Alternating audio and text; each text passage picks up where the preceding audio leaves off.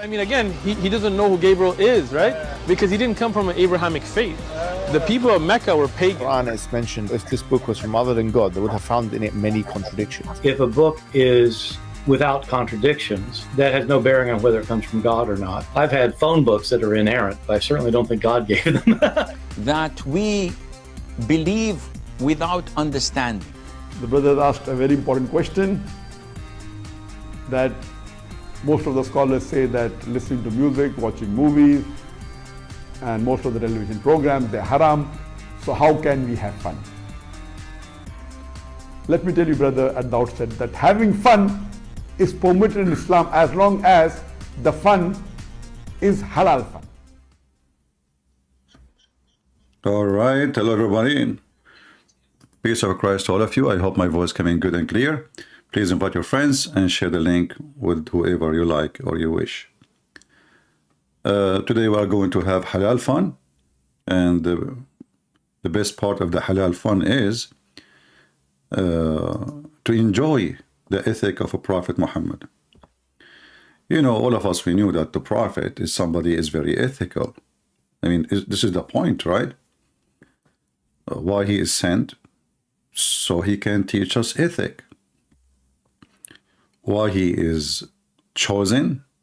Because he is the best in ethic. I have my Skype open. If there is a single Muslim, just a single Muslim, which I doubt will exist, he can show us how Muhammad is an ethical man. I will be happy to have his call. This is my Skype. This is how you can find me.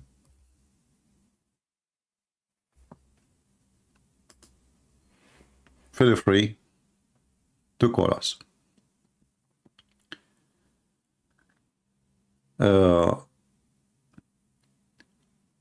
know, when the Muslims speak so highly of Muhammad, but their books still speak so low of Muhammad.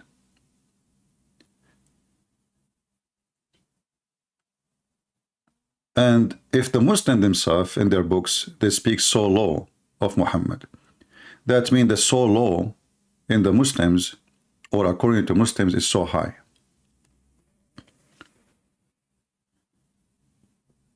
According to my understanding, the worst of us is better than Muhammad. But Muhammad is the best of them. That is very interesting. People are asking, do you have a sore throat? Please focus in what I'm saying, not in my voice. No, my voice, I don't have a sore throat. Maybe you have a sore ears. Be mature, speak like an adult, and be with us as an adult. My voice is not of your business. Do we have any Muhammadan? He dared to call to join us live on air.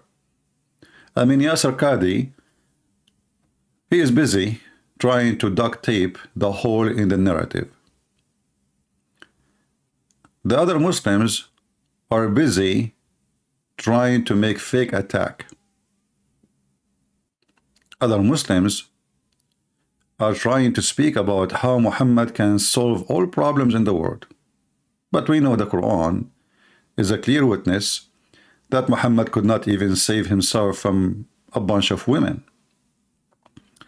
When I say a bunch of women, I'm not putting women down, but I mean the guy who claimed to be a leader for the world, sent by Allah, then when he have a fight with two women, they are not even 5 foot tall. Allah have to involve in order to control them. For Muhammad, he could not. And the funny is that this man who brought a lot of good ethic, one of the ethic he taught us that we can beat women, which is very ethical. But yet inside his house, he was like a rat. And the proof in front of us.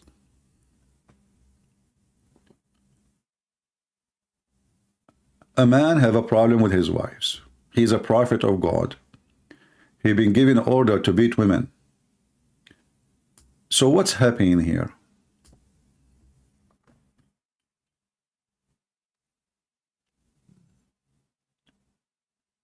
Any Muslim?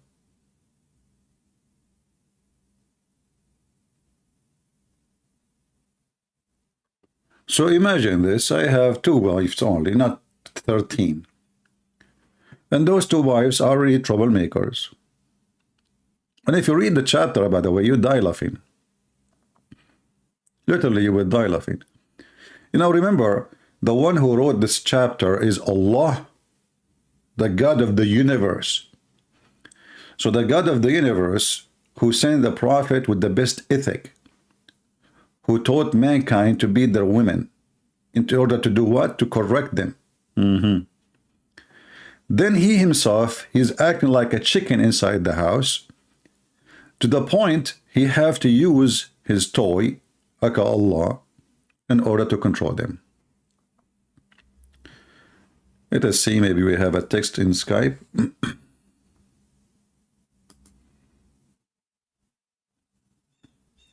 You can call me only if you are a Muslim, so text me first, don't call me. Text me first, tell me you are a Muslim, I will take your call. If you do a repentance to him, your heart are indeed inclined.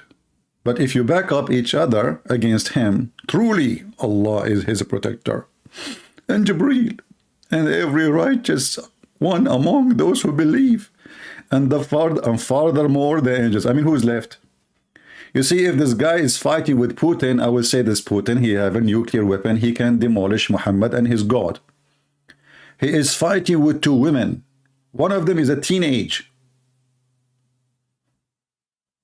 All of this drama of the reason for it, the God who created the heaven and the earth, and do you know how massive this universe is? So this God, he sent them a letter. He said, listen to me, if you don't stop going against the prophet who is very ethical, what the problem? They found him having sex with the maid. So what? I mean, come on, he's a prophet of God. Actually, Aisha, she said something very interesting. She said, who of you control his testicles like the prophet and his penis? And I was saying, man, this guy, he controlled it very well. Sahih Muslim. Allah Messenger, Aisha reported, Allah pray on him, not for him, used to kiss me while observing fast. He's fasting now. And who among you can control, and look at the fast translation, his desire, irabahu, is his private parts. What desire? I mean, if the guy, he can control his private part, can't he control himself from kissing you until the fast is broke? So now, what is this? Is a snack?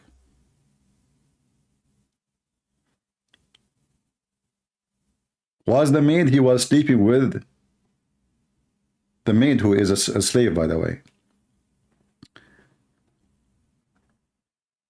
So Muhammad is very ethical. He taught the Muslim to fast. And now during the fasting, we need some snack, you know.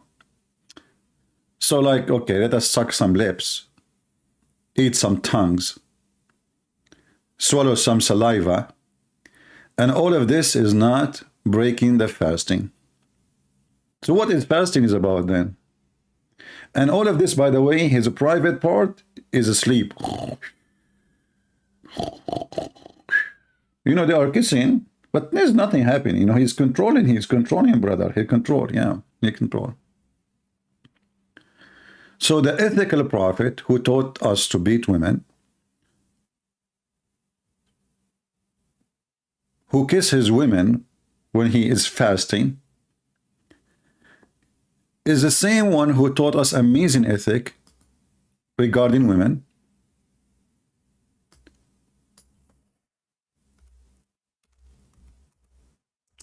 That women, they are evil and they are Satan. I mean, this guy, he see women are evil, but he promised the Muslims a lot of them in heaven. He is desperate to have as many as he can, yet he claimed, as he said, the prophet, he saw a woman advancing from, the prophet, he said, a woman advances in the form of the devil and retires in the form of the devil. So was Muhammad kissing Aisha by kissing the devil, or kissing the devil by kissing Aisha? And what is the reason Muhammad, he said, the ethical man? Well, he saw a woman walking down street, and because he controlled his penis, you see, the Aisha, she said, who like you? Who like the prophet controlled his penis? And here I'm not going to ask, how in the world Aisha, she knew that Muhammad is better in controlling than others, if supposedly she was a virgin when he had her.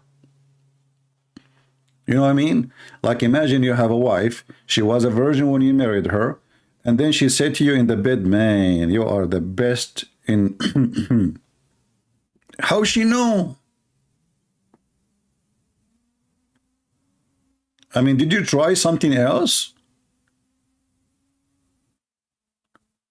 In order to say such a statement, she have to be an expert. I mean, this is the best rice because we ate many rice. This is the best bread because we ate many bread. This is the best city because we've been in many cities. Now, this is the best of controlling his penis. Well, she have to be Ben. She have to be Ben. Well, it's my English, who care? It have to be Ben, Mr. Bean, with many men. And yet, Aisha, she is telling us that the prophet is the best to control his private part. To the point of women walking down street, he saw her. So what he did? Read with me carefully. Jabir reported that Allah Messenger, may Allah pray for him, not for to him, he saw a woman. What is the problem now? Look at the name of the chapter. The chapter recommendation. This is ethic. Recommendation. You go in the street, especially these days. I mean, go to the street, don't go to the gym, because in the gym you see nothing but naked women. So, recommendation, brother, to the one who sees a woman and attracted to her. Recommendation. This is ethical recommendation. This is ethical recommendation. So you look at her, you keep staring. Oh, look at this. Oh, boy. What I see there. Oof, man. Okay. Ethical. Very ethical. And then what he should do? He go to his wife or his slave women and F them. I mean, look at the options. You have two choices, brother. You go to your wife or a slave woman. Slave women is like, you have like, slave, she's not a human, it's like, or a slave woman.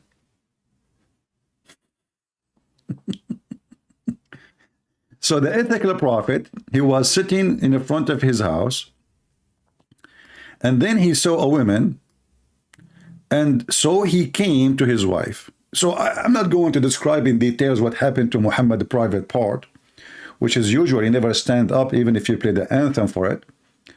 According to the Hadith, Muhammad, he used to be the most weak person in boom boom between all mankind, as he claimed. And then he invoked Allah, and then he sent him a dish of shish kebab. He ate it. He got the power of 40 men. I'm not going to tell you now how in the world the Muslim, they were able to measure the power of Muhammad to be 40 men in effing. I mean, do you have a race? Like, do we have like a stadium and there's many men are practicing, participation in the effing championship, and then we find out that Muhammad, he can F as 40 men. Where did you get this from? I mean, this is an ethical prophet. Everything about him is about his penis. So now the prophet, he was sitting in the front of his house. Oh, look, somebody is walking in front of my window. Guys, I have to go. Oh boy, she is so good. Unbelievable. Alhamdulillah. Alhamdulillah. I'm focusing now. I'm focusing. Oof, man, she is so good. Man, she's not like my wife. Man, look at this. Oh boy. okay guys, I'm going to go and find a slave girl because I don't have a wife. And then the Prophet, he went to his wife actually, and she was doing leather. You know, leather is a messy job. You will be sweaty, you will be dirty, her hand will be dirty, her clothes will be dirty. She is boiling water, she is putting the leather, and the smell is so bad. So Muhammad, he went to his wife Zainab, and hold on, did we say Zainab? Yes. Zainab, in case you do not know, is the wife of his son, who he took her from his son. I mean, you see the ethic? So now Muhammad, he got Zainab at home. Like, is he now behaving? The ethical prophet. He took Zainab from her husband. If you remember, what happened with Zainab? Do you see why no Muslims is trying to text us or call us? They don't dare. They know that their prophet have a zero ethic.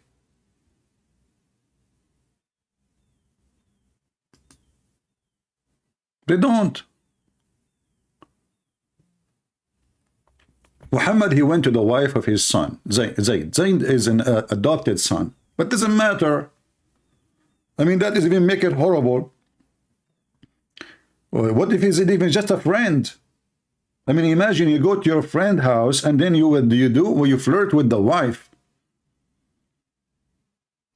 And you say to her, praise be to Allah, the one who made my heart flip for you. In the house of a married woman, when the husband is not there, and the husband is his son, who he announced him. He says, from now on, everybody should know that Zayd is my son, and I am the father of Zayd. What he do? He go to the house of his own son.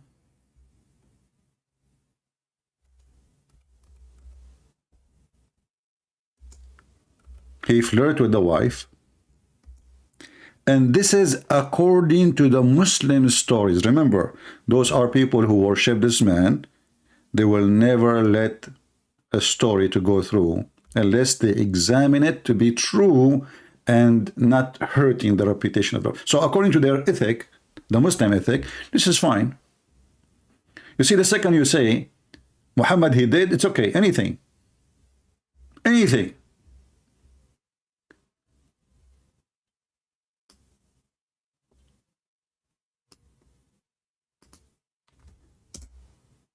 If you do that, oh no, brother, you cannot do that, brother. Haram, haram, halal fun, brother. This is not halal fun. But the Prophet, he can do that. And you know, obviously, this woman, Zainab, she is a whore. How we know? When the husband, he came, you see, a woman, she have a decency. She will be so angry, so upset.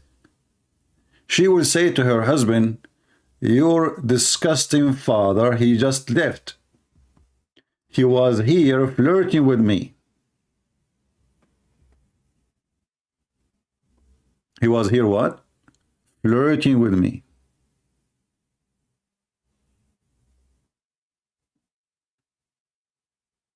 She did not say that. In fact, Zainab, she said that each time her husband, he tried to F her, excuse my language,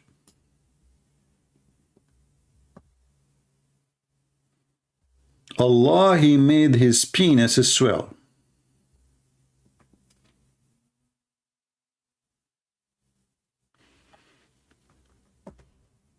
This is Tafsir al-Qurtubi, volume number 14, page number 189, and we will use Google translation.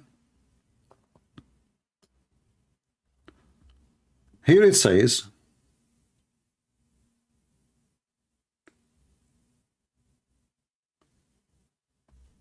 let us use Google translation right away. And they say to you, those Christian, the kuffar, brother, they say the Prophet Muhammad don't have miracle. Here we go. Muhammad, he liked this woman, she is married. Each time Zayd, it was narrated in the report that in the evening Zayd, he went to his bed.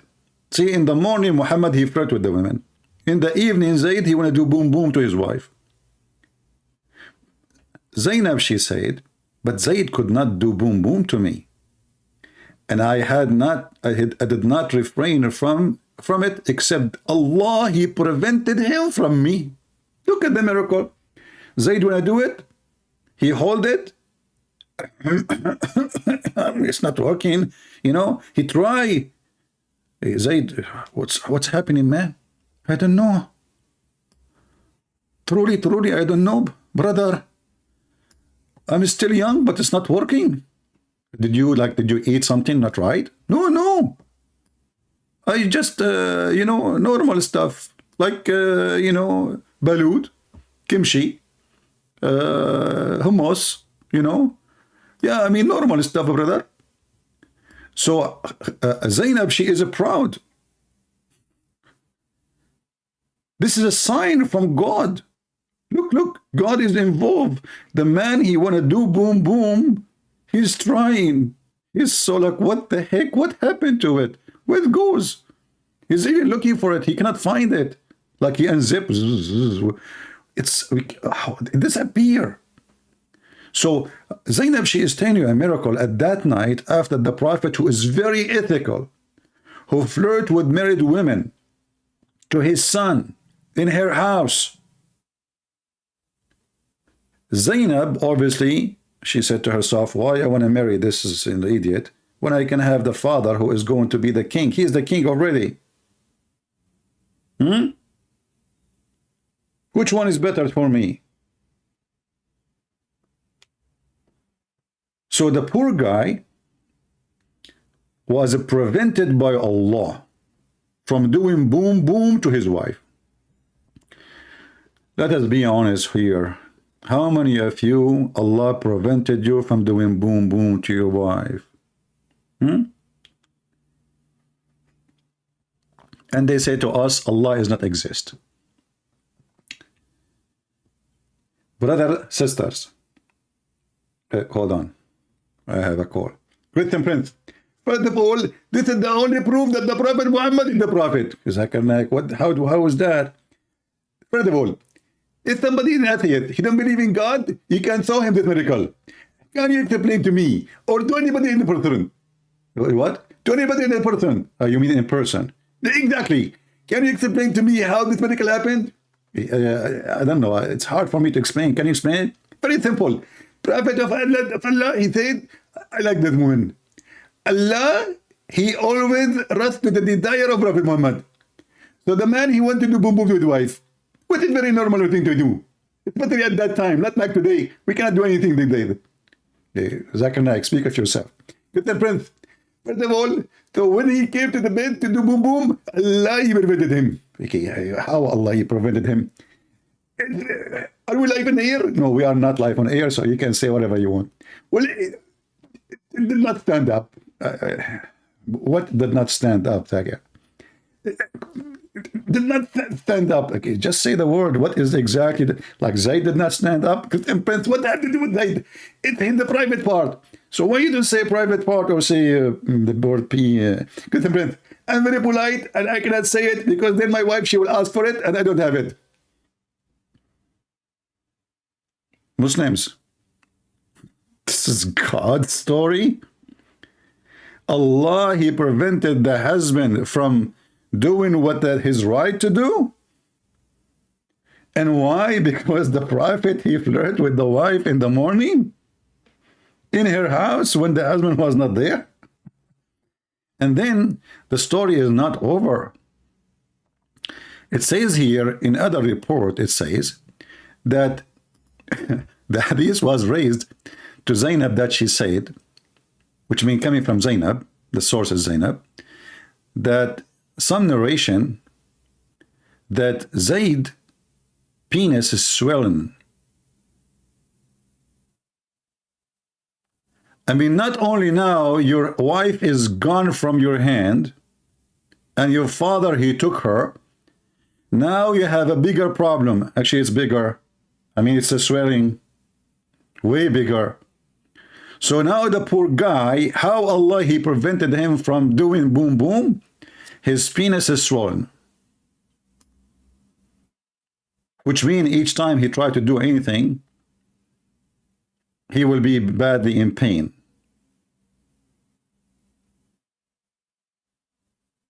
This is the ethical prophet.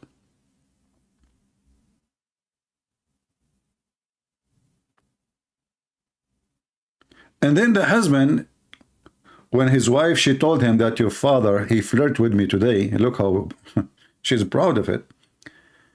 The man, he went to Muhammad, he says, you know, I want to divorce her, really. I mean, she is not good. 2 hours ago, he want to F her. 2 hours after, he want to divorce her. Why? Because now he noticed that his wife obviously is sleeping with his father. He noticed right away that the wife, even in the hadith, it says, فَفَطِنَ Zayd. So Zayd, he got it. فَفَطِنَ Zayd. So he went to Muhammad, he said, I want to divorce her. She hurt me with her tongue. And she does this and does that. I want to divorce her. Look at the fraud Muhammad. He said to him, why you want to divorce her, man? Keep her for you. Keep her.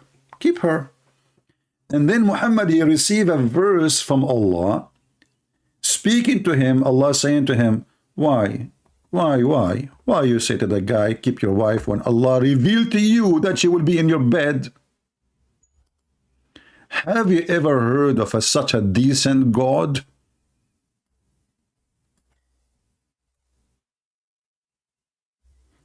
And the funny is, now because of Zainab, Zayd's name is mentioned in the holy book of Allah. I mean, look at the honor. You see, I understand the Quran speak about the Pharaoh. I mean, this is a great king. Musa's great prophet.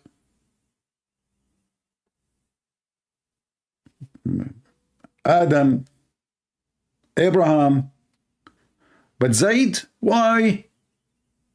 He's just a guy who was married to this woman.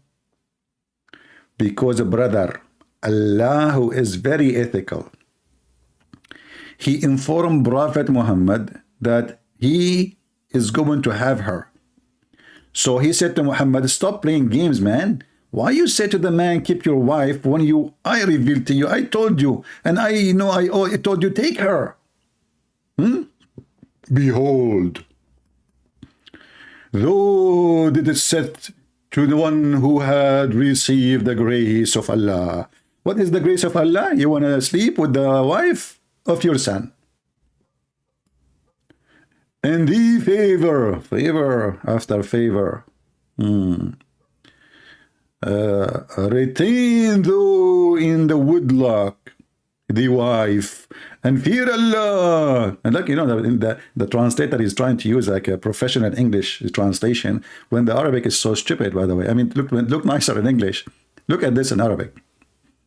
وَإِذَا تَقُولُ الَّذِي أَنْعَمَ اللَّهُ عَلَيْهِ وَأَنْعَمْتَ عَلَيْهِ أَمْسِكْ عَلَيْكَ زَوْجَكَ وَاتَّقِ اللَّهَ يَا شَحْرُورُ يَا صَرْصُورُ.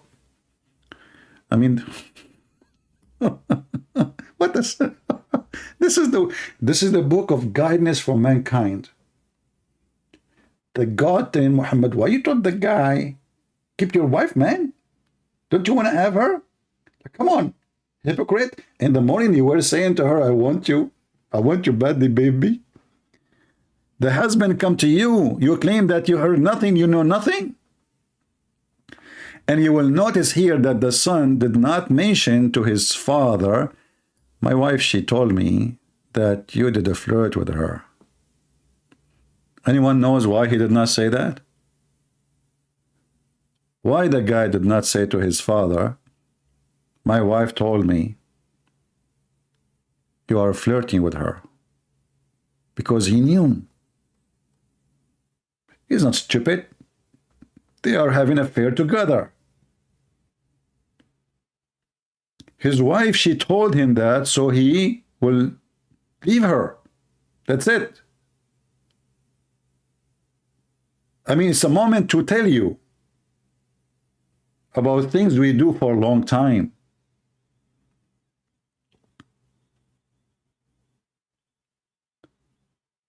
And if he complain, Muhammad will make him disappear. And he will take her anyway. So he said to himself, let me have a safe exit of such a filthy prophet who have a very high ethic.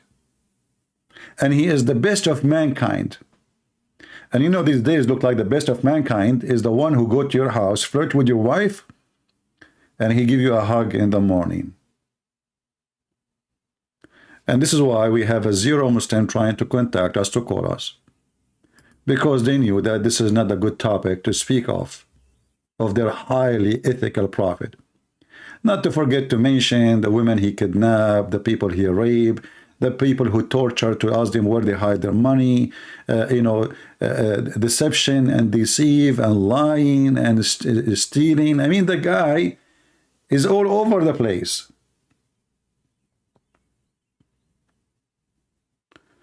But you will hear the Muhammadan saying that Muhammad is the best of mankind in ethic. Very ethical. Even Muhammad, he made a verse in the same chapter. Any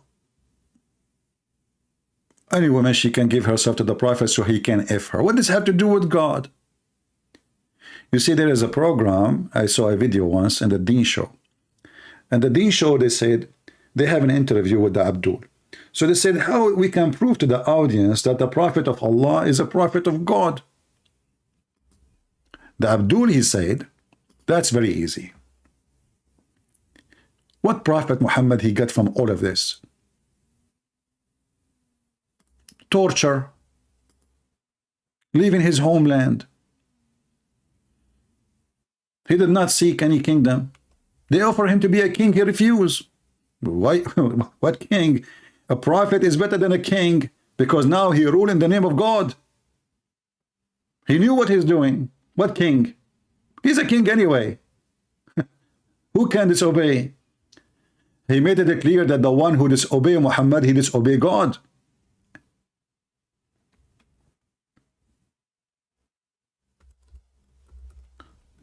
So the guy in the video, he said, fake prophets, they seek things for their own human interest. Prophet Muhammad never did. Muhammad, he seek the best of the booty, the fifth of the booty. It doesn't matter if it's a human or money. Muhammad have a special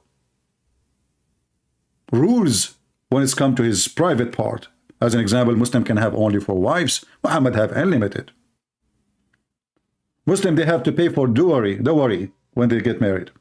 Muhammad don't have to.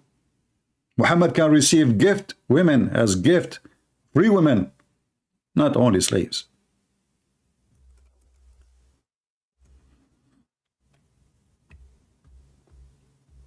Muhammad is a very, very decent man. And he was a women supporter. He support women. Let's make it clear, you know. Isn't it him who promised Muslims a lot of sex toys in heaven? He made women sex toys only. I mean, at least, and not only that, he made it clear that those women, they will not even get jealous. He take from them their feeling as a human. They became like a silicon now. This is how ethical, this ethical prophet.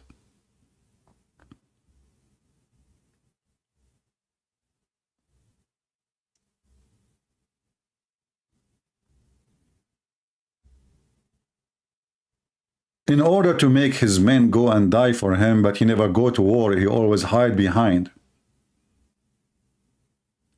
He promised them a lot of women. For he have a mentality of a pervert. See, when God, he created Adam, he gave him Eve.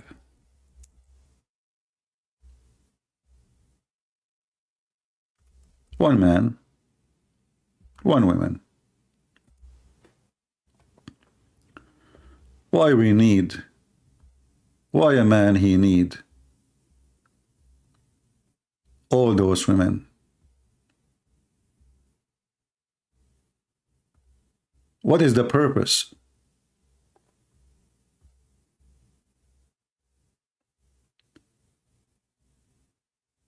Was Adam short of his needs? Was Eve unhappy for having one Adam?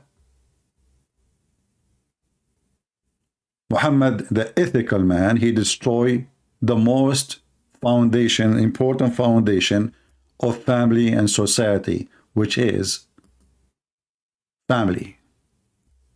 There's no family in Islam.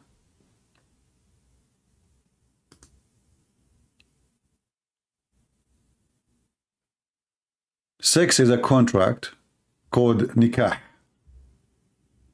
There is no marriage. There's no love.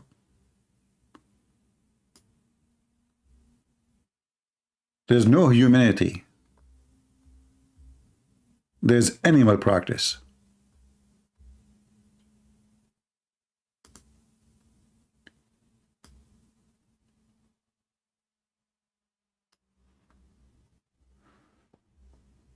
I'm looking at Skype. Until now we have 0 Muslim, and I understand very well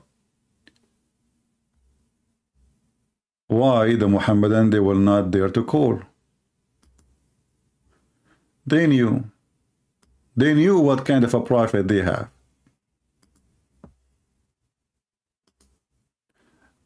We did not mention Muhammad marrying 6-year-old girl.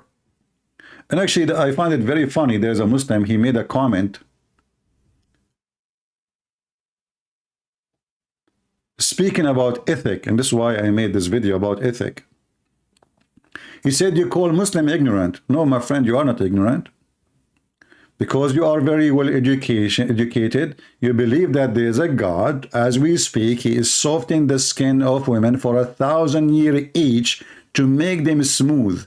Look like your God. Allah never heard of something called Vaseline. I mean, what kind of God he need 1,000 years to smooth the skin of a female? Why? She's an alligator? Can't he make her right away with soft skin? I mean, how in the world those people dare to make their brain bent down to believe in such a garbage?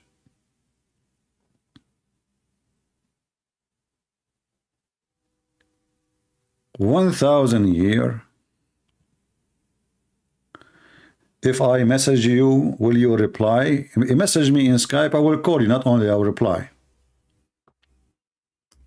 Message me in Skype, tell me I am etc. person, I'm a Muslim, and I will call you immediately. So all this time we are saying, and a Muslim call us, you will say, if I message you, will reply.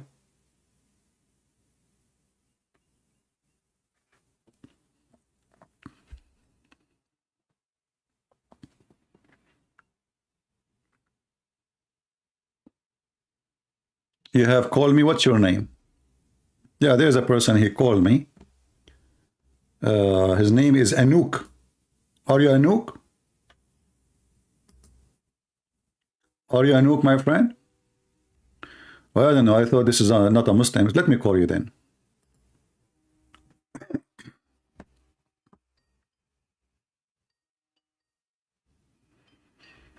I'm calling you.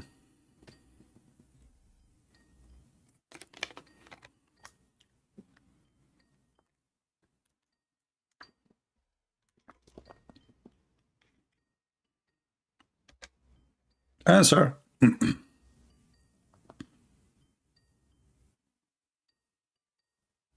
He's not answering.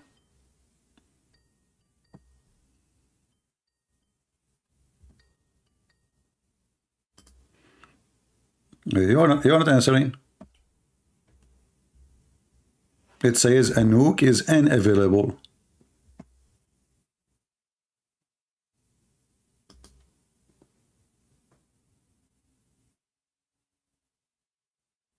Text me, and I will call you immediately.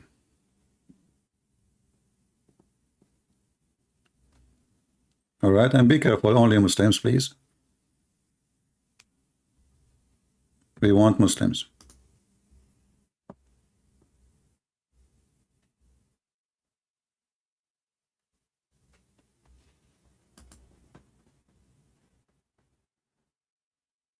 Is it trolling? No problem, we can troll with him. I mean, he is following a trolling prophet. So he have to troll with us. Let us troll together. Let us go back on time, and I am Prophet Muhammad. Prophet Muhammad, why you doing no miracle? You are prophet of God. Every prophet have miracle. Listen to me, my son. I will show you a miracle which nobody ever does before. Yes, prophet, tell us, show us what miracle you are going to do. I'm going to eat the whole goat. Give me the first arm. Okay, prophet, this is the first arm. Give me the second arm. Okay, prophet, this is the second arm. Give me the third arm. Prophet, the goat have only 2 arms. 2 shoulders. Shoulders, actually. You want to eat the 3rd shoulder and the 4th shoulder. I mean, this guy is so stupid to the point, he thinks the goat have 4 shoulders. It's a miracle.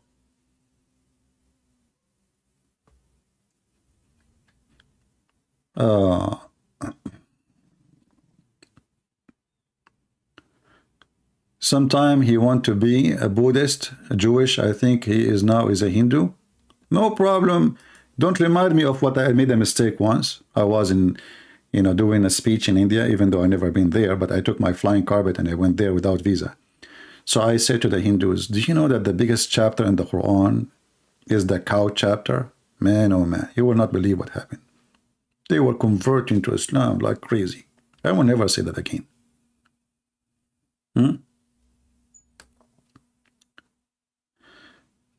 Free J, he says, if God made Adam and Eve, why did he create gay love?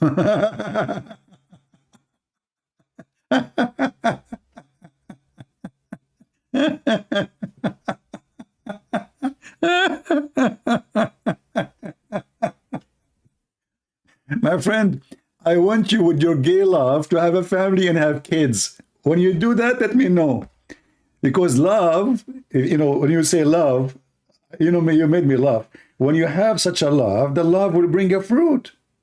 Okay, now you are gay and you have love. Are you going to have a baby soon because of this love? You see, the nature is proving everything to be right or wrong. Is that the nature? Can you have babies? Can you have a family? When I was doing my master degree, many liberals around me.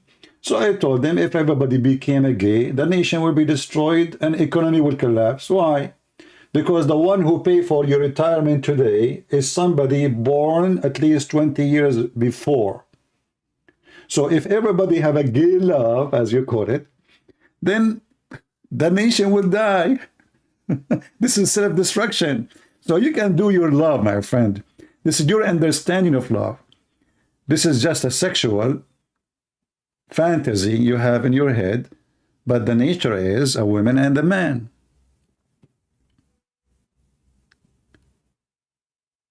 I never heard of adoption, so you want me to do your job.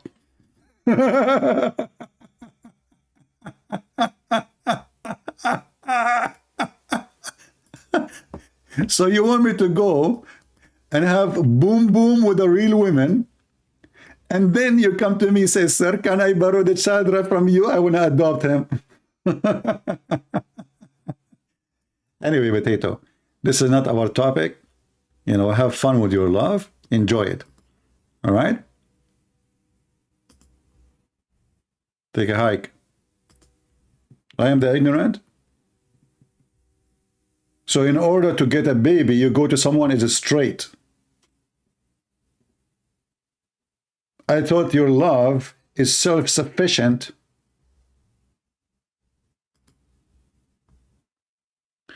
Anyway, not our topic. Do we have any Muhammadan?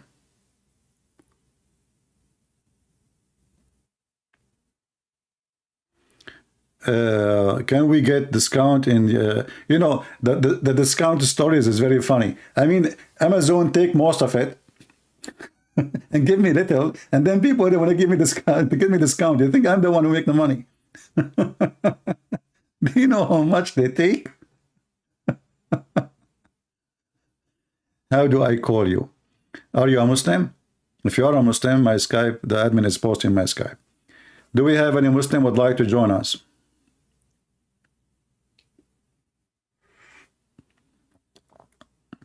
Anyone?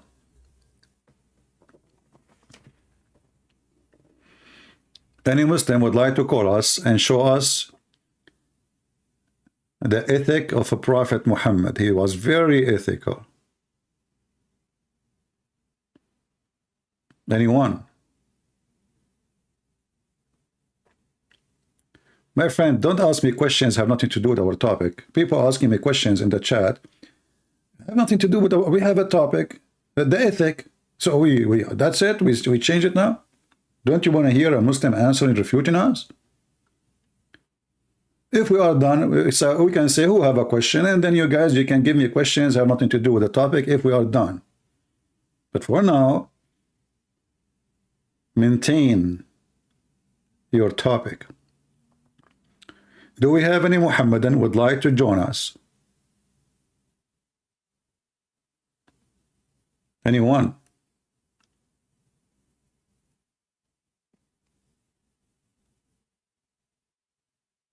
You can group. You can call any of those famous ones in YouTube, you know, ambush me. Do you know, like Mimi Hijab, he ambush apostate prophet? Why they don't ambush me? Call me, surprise me. Why you don't create a platform saying your books? My friend, just please, for God's sake, ask questions about our topic. Focus on me. Forget about my books now.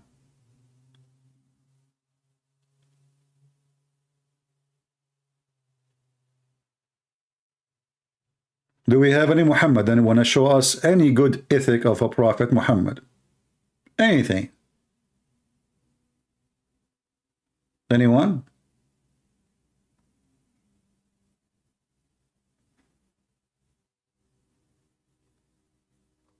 After I finish and we hang up and we go, and then you will see the Muslim comment coming like rain.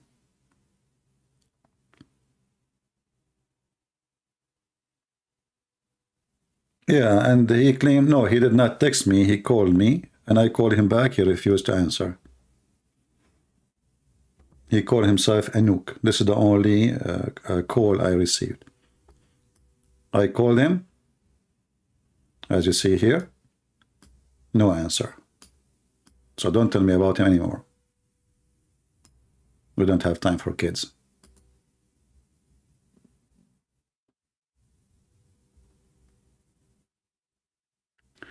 What do you think about Muhammad being the most influential? Well, you know, being influential doesn't mean you are good. As an example, Osama bin Laden, in a certain time, he was #1 topic in the whole world. You open any TV stations, everybody's speaking about him. His influence is, we have security 3 times more before Osama bin Laden. So here we go. His influence, the guy is dead. They feed him to the fish already, to the tuna. But until now, we have a security check in the airport. We stay for 2 hours to get in the airplane. Our airplane ticket became 3 times, 4 times more expensive to cover those security, you know, things and the machines and the people they hire, etc. Just because of his influence. So what influence mean? Hitler have influence.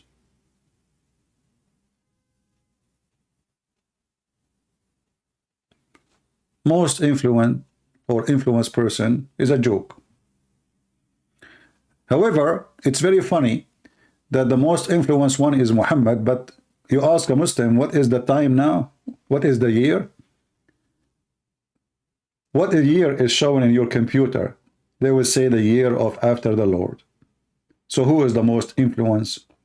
Even the atheists, even the Buddhists, even the Hindus, even everybody, they go by the year of Jesus. Every single salary in this earth is paid by his name.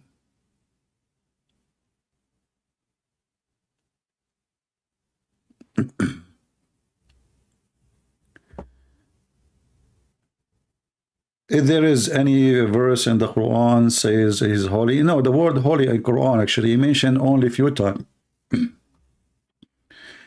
The word holy as holy, like there is a word in Arabic which is a clear use for holiness, which is Quds or Muqaddas.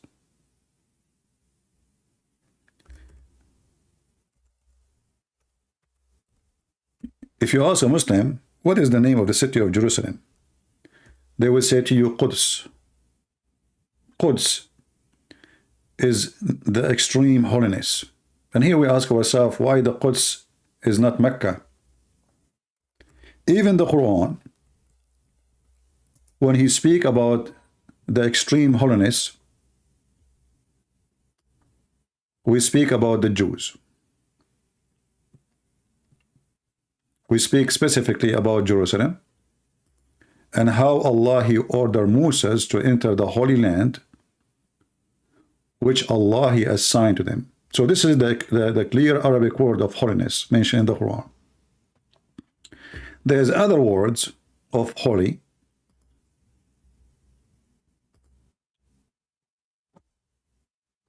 but it's not the same as the word. This is the word stolen from the Christian, the word that we mentioned to you in chapter 5, verse number 21. In chapter 19, verse number 19, you will see every Muslim giving you different translation for the word Zakiyah. Here you see the word pure. So Jesus is pure. But the pure is holiness. Even when they try to fix it, to try to make it like repair it, so they add pure. But isn't it God is the only one is pure? All of us, we are not pure. There's nobody is pure. Jesus is pure. First of all, he is not the fruit of sexual relationship, and that make him extreme pure. Secondly, he never commits sin. Even the Hadith confirm that. And the Muslims are confused between using this word, holy, and the other word. Okay, we have this guy, Fakir, is trying to call. Okay, let's see.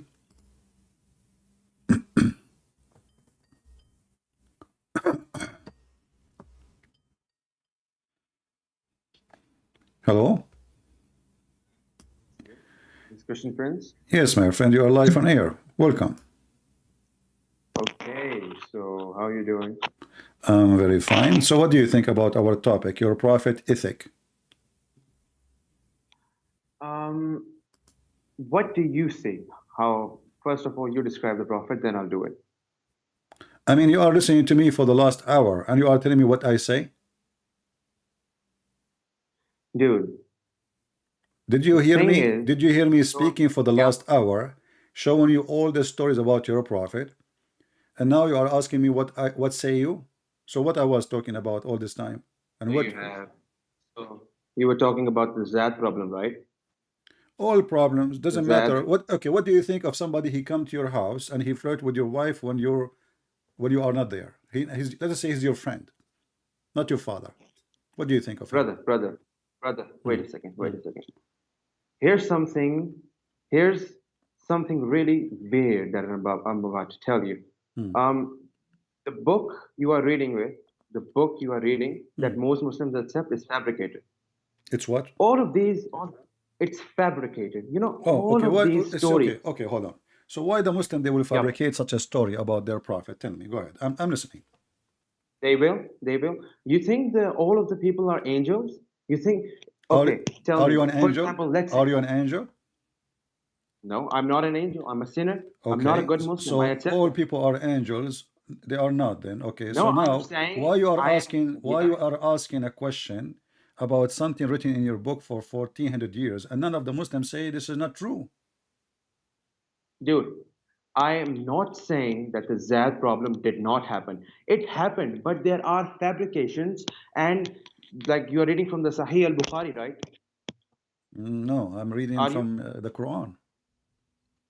No, I'm not from that. The narration you did, the Okay. narration you were Does the talking Quran about what happened. does the Quran say why you are Mhm. telling the guy keep your wife when Allah he told you to have her?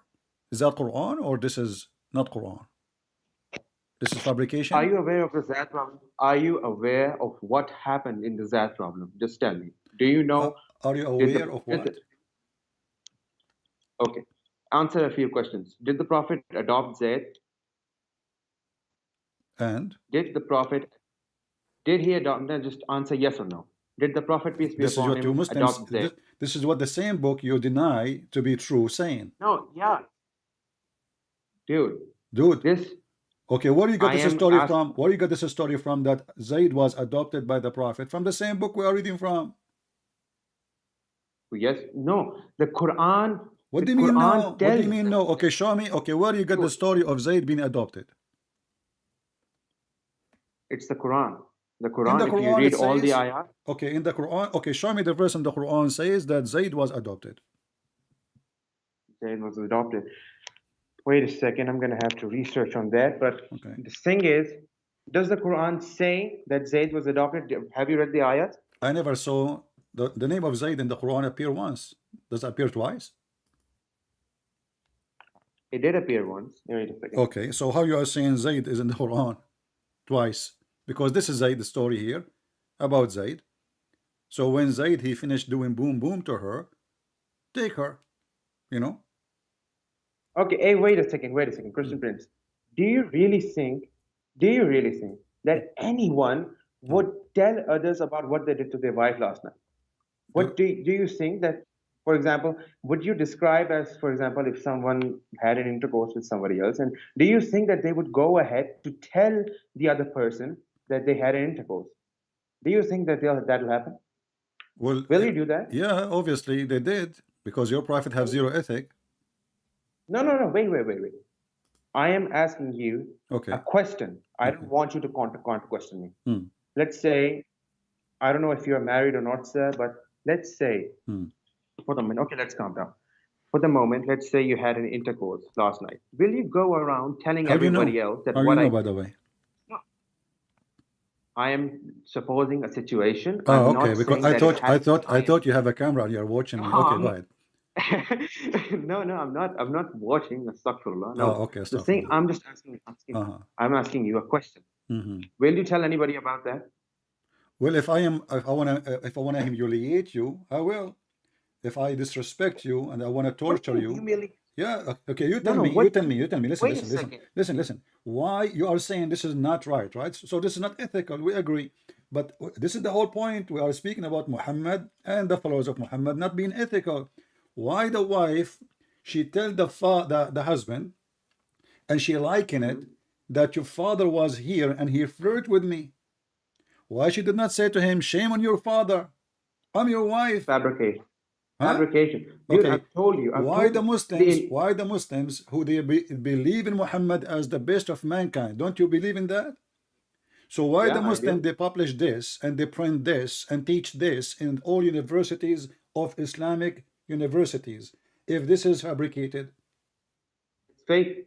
Yeah, all of them are going on the wrong way. You know So you how are many the only sects? person, you are the Yeah. only person who you know the truth, but you were not there. Dude, I don't think that you are well aware of the Muslims you're trying to argue with. The genre, you know, if I had followed the Sunni book, the book you're reading from, by listening to your speeches, I would have converted to Christian a long time ago. But Are you Shia or Sunni? think that's I'm Shia. You are Shia. Okay, what about the Shia? What the Shia had to say about this? I can show you right now a video of Shia saying that Aisha, she was a whore. Aisha, she was a whore. Yeah. No, that's going to be fake. And she was sleeping around. That's just in the Shia. I have told you already.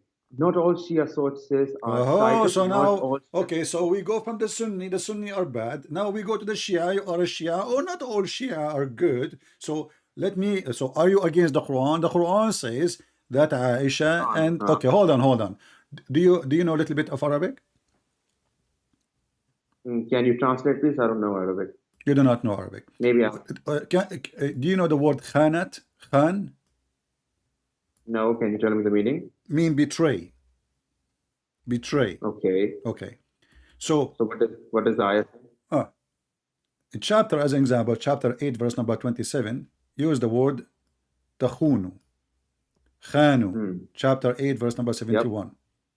So in chapter 66, verse number 10, it says that the wives of the prophets, and he named them specifically as Noah and Lut, both they betray their husband. Do you agree with that? Yes. You agree? If the Quran says then yes. If the Quran says then yes. Okay. They must. But isn't it the Quran says bad women marry bad men as a destiny, and good men marry good women as destiny from Allah? Yes, they do. Okay, that's mean the prophet of Allah are bad men, because if bad women, they will marry only bad men. Read the ayah again. It says, I'm reading it. Women, here we go. This, women, chapter 24, verse number 26 says, bad women is for bad men, good women for good men. Yep. Okay, so it's not going to happen that Allah, he made a decision, he will marry bad women to bad men. He will marry good men to good women, and good women to good men. Now you're a prophet. No, he did not say that. He did not say that he himself will marry. No, this is a destiny, my friend. This is a destiny. You are a Shia. We can open the Shia interpretation and you will see it yourself. Don't play games with me. Already you said you are a Shia. Okay. We can open the Shia explanation and you will see it says it clearly that Allah designate and made a destiny that bad women, they will marry bad men. What Shia, do you know any translation made by Shia? So I can put it on the screen. Dude, I'm not saying, wait a second, let me open the ayah myself. I'm begging. Chrome, give me a minute. All right.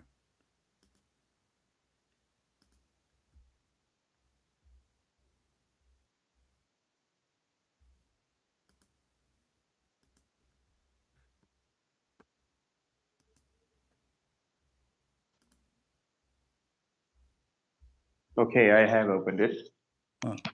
What translation you like me to put for you on the screen? What translation you like? No, I would like for you to answer a few questions. Does Allah mention that He Himself will marry good men, good women, and good men? Yes, it's in front of you. Yeah, I'm reading the ayah. Evil words? No, it's wrong. Okay, women impure are for men impure, and men impure are for women impure. Okay, so what does that mean? And women of purity are. It Okay. means What does that that the mean? impure women will always be attracted and be with impure men. And pure women and pure men will always be together. Where does it say that Allah Himself will come? Can we open the Shia interpretation for this? Go ahead. Okay. What Shia interpretation would you like me to put for you on the screen? Okay, wait a second. Let me come to the stream.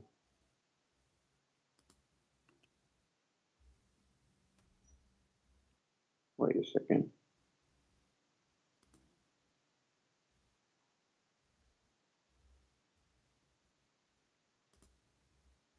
Hello, are you here? No, I am here. You are there. Yeah, I think the going to the stream kind of eliminates the factor, but Yeah. okay. So do you like مجمع البيان في تفسير القرآن? This is Shia. Okay, can you read it out for me? I can't access the stream right now. Okay. I will post the link. Okay, send me the link on Skype if you can. So we go 24, 26 in front of you. I'm putting it. Here we go. And this is your Shia tafsir.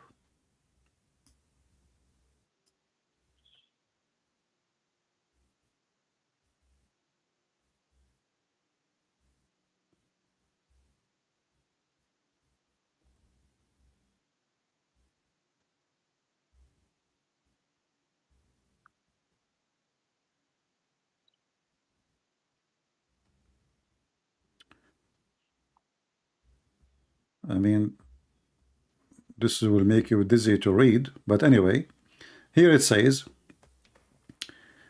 bad women for bad women, bad men for bad women, and bad women for bad men, good women for good women, good men good for good women, and good women for good men. Okay, and yeah, here it says,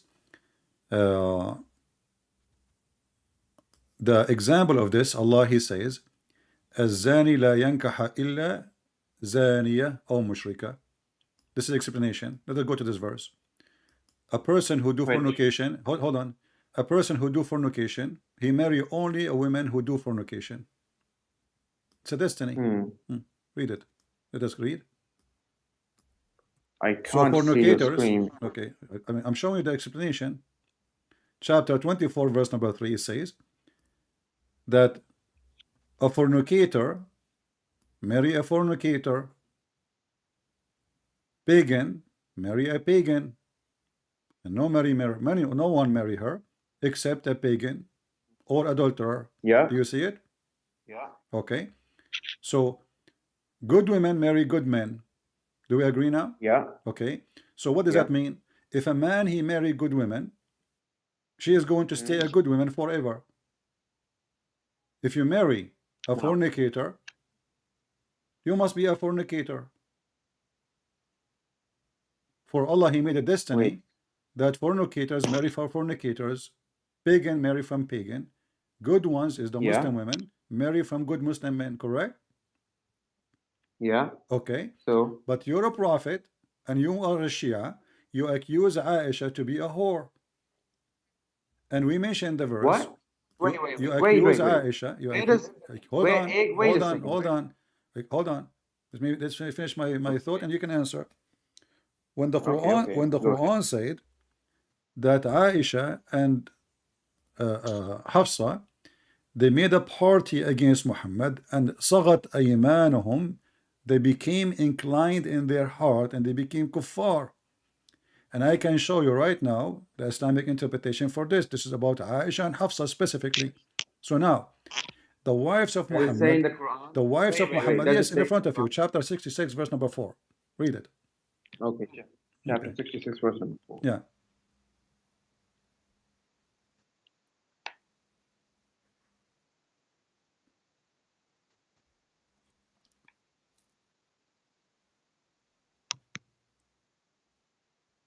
Okay, so what are you saying? I got the verse. Okay, so those two women, what they are doing, are they being good or bad?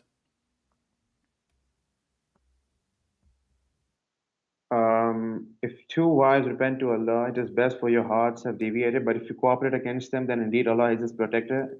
And okay, this is the verse. So okay. Are they good or bad? Those women, are they good or bad?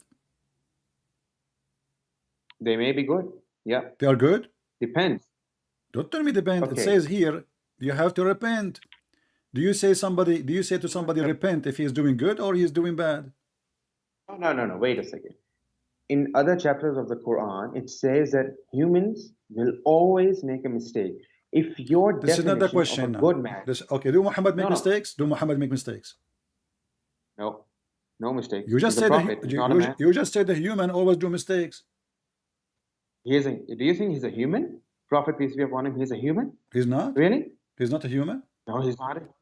Oh, I know No, the he's- Shia. Okay, he Shia, they is- believe that Muhammad and his family, they were lights in the forehead of Allah, correct?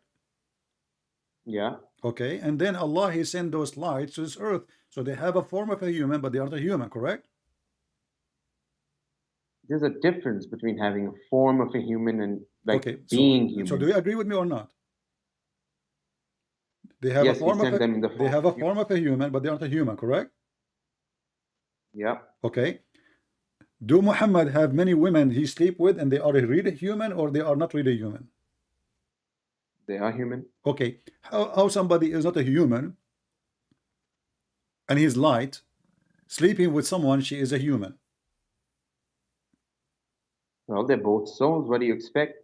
If he is a human, he is designed to be a human, then of course he's going to do human But you things. just said he's not a human. I don't mean like he's an angel. He is in a form of a human. He's in a form of a human. So The does women that make him a real human or he's a fake human? All of us. We are all spiritual beings stuck in a physical body. Okay. If you want so to put he's it a, like he's that. a light Yeah. from he's a light from Allah. Like if we go to the Quran where it says that Muhammad, he was sirajan mudiyan. The Shia, they say the siraj is Muhammad and his family, and they name Fatima too. Correct?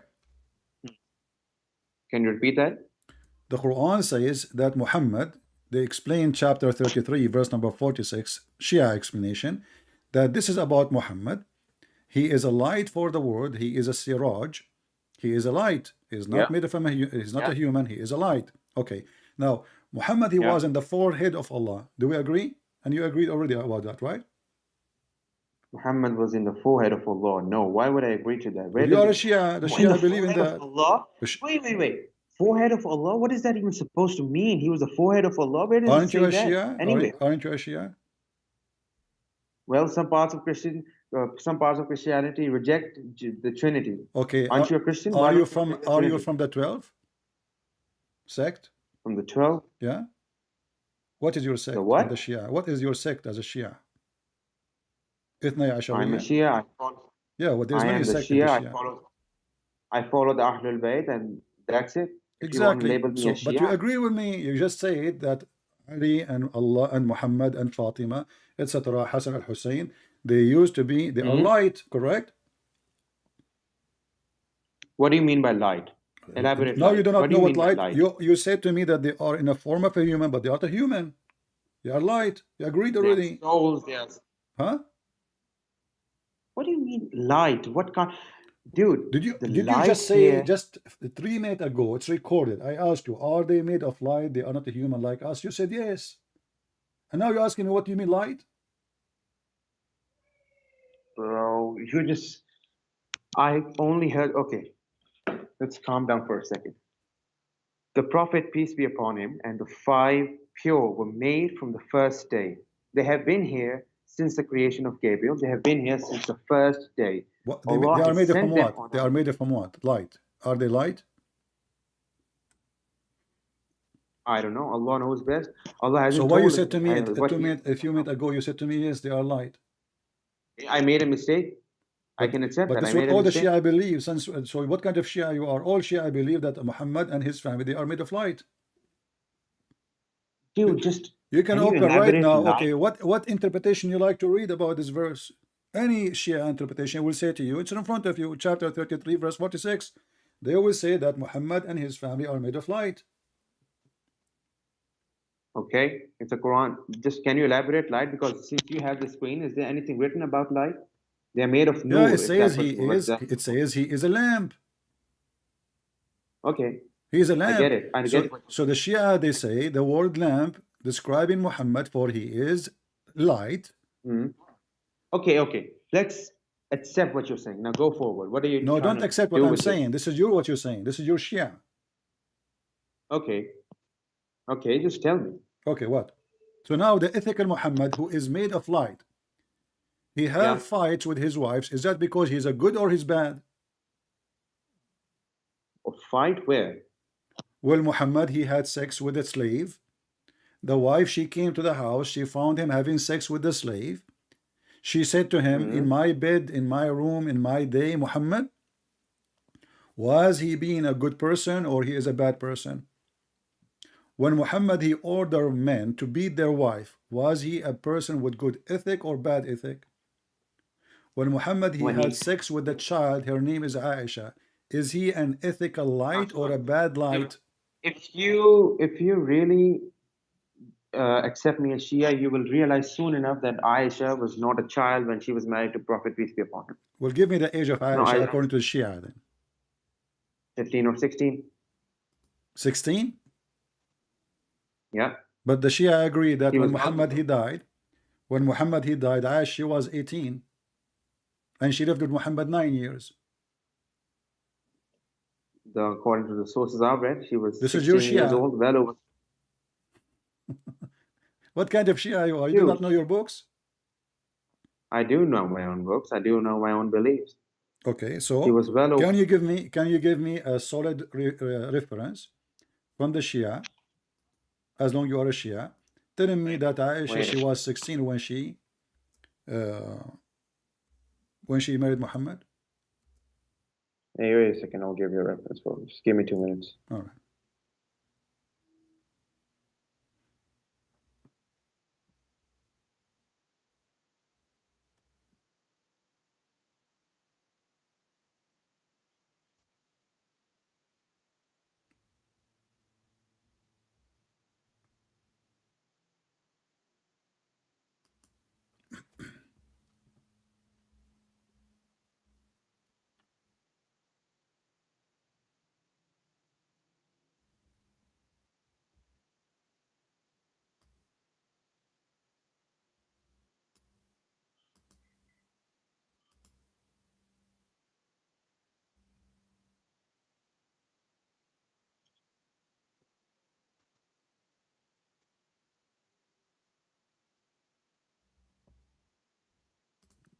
And Wait a second.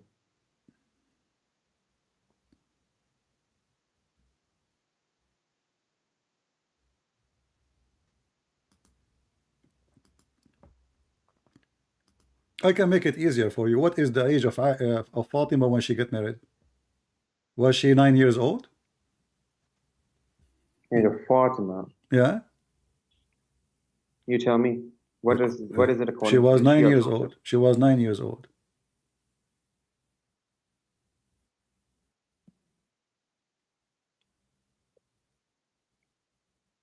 Wait, wasn't she like between 9 and 21?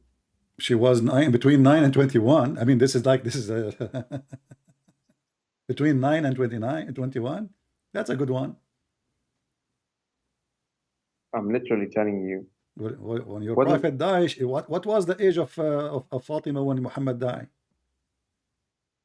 Wait a second, let me see.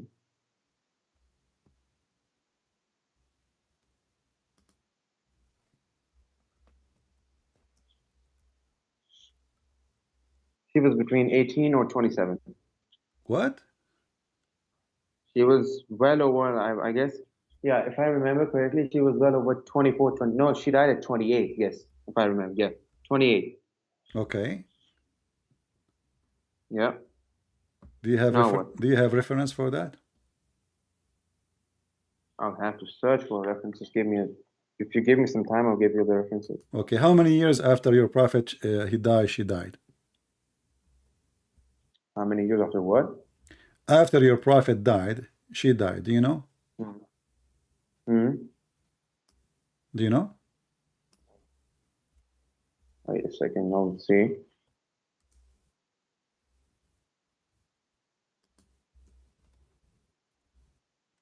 Oh, I don't know. Can you tell me? You know, I'm trying to help you so we can get the answer to see if she married as a child or not. No, she didn't.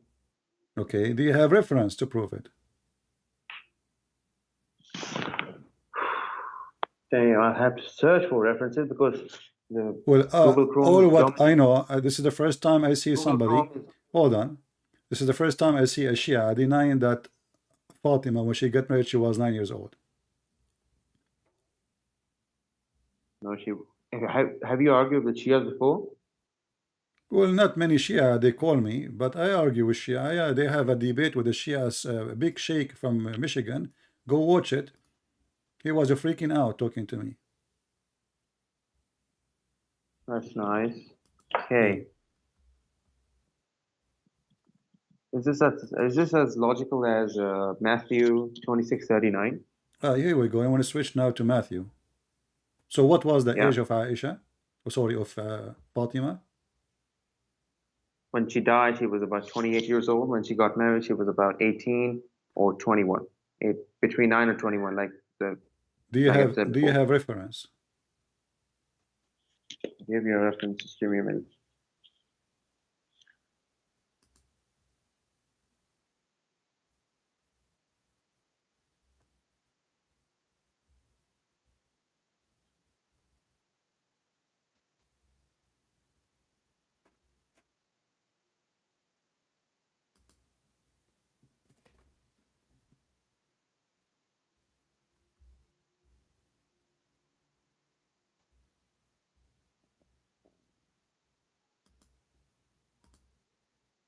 Are you against marrying children until you find reference? Depends if the person is. Yeah, Okay. I am against. What do you marrying think? children. Okay, well, let's make it simple. What do you think of Al-Khomeini? Is he a good scholar for the Muslims, Shia, or not? Al-Khomeini, never heard of him. I'll have to You never heard of confirm with- Al-Khomeini? No, I am Pakistani. I only follow the scholars I have which are near me. All right. All right.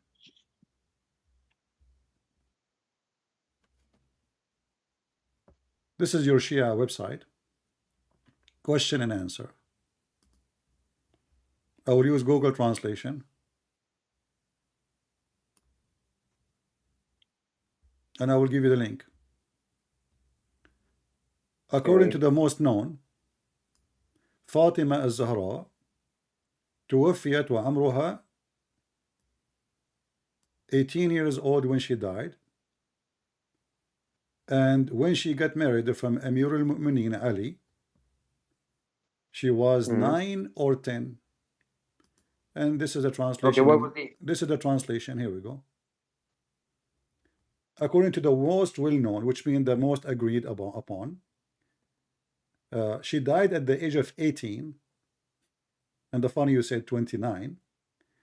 And she had given birth to 5 or 6 children before she was killed by the Muslim Sunni. Yeah. And she was old. She was 9 years old when she got married. And how old was Hazrat Ali? Huh? How old was Amir al-Mu'mineen when he married Hazrat We're not talking about him now. We are talking about her. So she died at the age of 18. She got married at the age of 9 or 10. She got married at the age of 9 or 10. And she died in the age of 18. So you Muslim Shia, you added more than 12 years to her age to make her. But you told me she married, she was 21. You told me she was married when she was 21. 21, she was dead. Dude, even in the Shia sect, there are different books telling that she was 9, 10, 11, 12. So can we agree now, can we agree, me and you now, that you Muslims are a bunch of liars? You keep lying about your prophet and his family? If you're talking about Sunnis, and sure, I'll agree to that. Okay, so how we can trust you that you are not lying to me right now? If you just said, we Shia, we Sunni, we keep lying, all our books is a fraud. So how we can learn about Islam? Who is the true Muhammad then? Maybe all the stories you are coming with in your books, both of you, is a fabrication. The same. Dude, if I tell, do you know the difference between lying and deceiving, Mr. Prince? It's the same. Lying is deceiving. Deceiving is lying. When you lie, the lie is 100% fake. But when you deceive, the deceiving is the mixture of truth and a lie. You put in some truth. So did your lie, prophet mix some? Did your prophet is what your prophet he did? As an example, if I ask you right now, what is the proof that Muhammad is a prophet? What do you say to me? You will say to me Muhammad that he is a said he prophet. believed in the God of Abraham. Here we go. The God of Abraham is a true God. It's written in the Quran. Okay, what is the proof that Muhammad is a prophet? It's written in the Quran. That's proof enough. But you just told me we Muslim we lie about our books.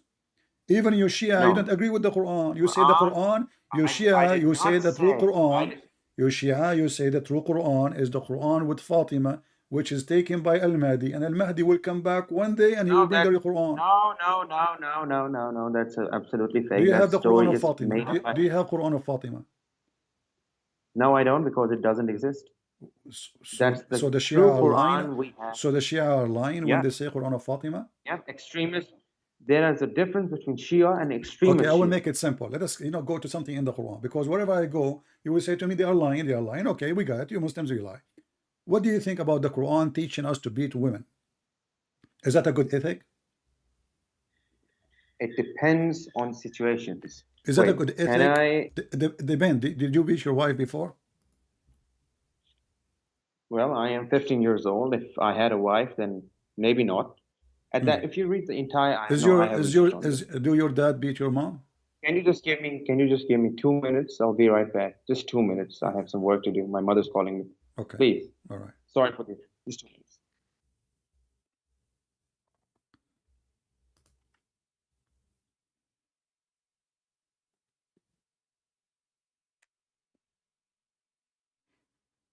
I mean, wherever we go, they will say to us, they are lying. Here we go. They solve the problem. You see how easy? So what the conclusion now? We cannot trust any Muslim, including the Muslim is talking to us, because they agree that Muslim, they lie. They lie about their religion. I agree. I never met a Muslim who don't lie about his religion.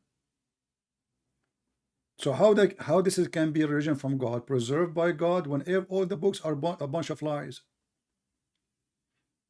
And how old he was, he said? He said he is 15 or 50.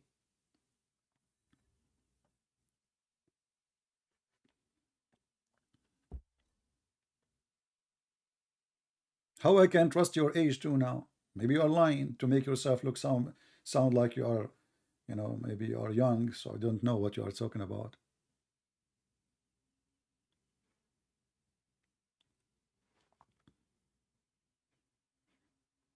Once I was debating a sheikh in Paltalk. He told me he need to go to the bathroom. Excuse me. This was almost maybe 17, 18 years ago. Since then, he never come back.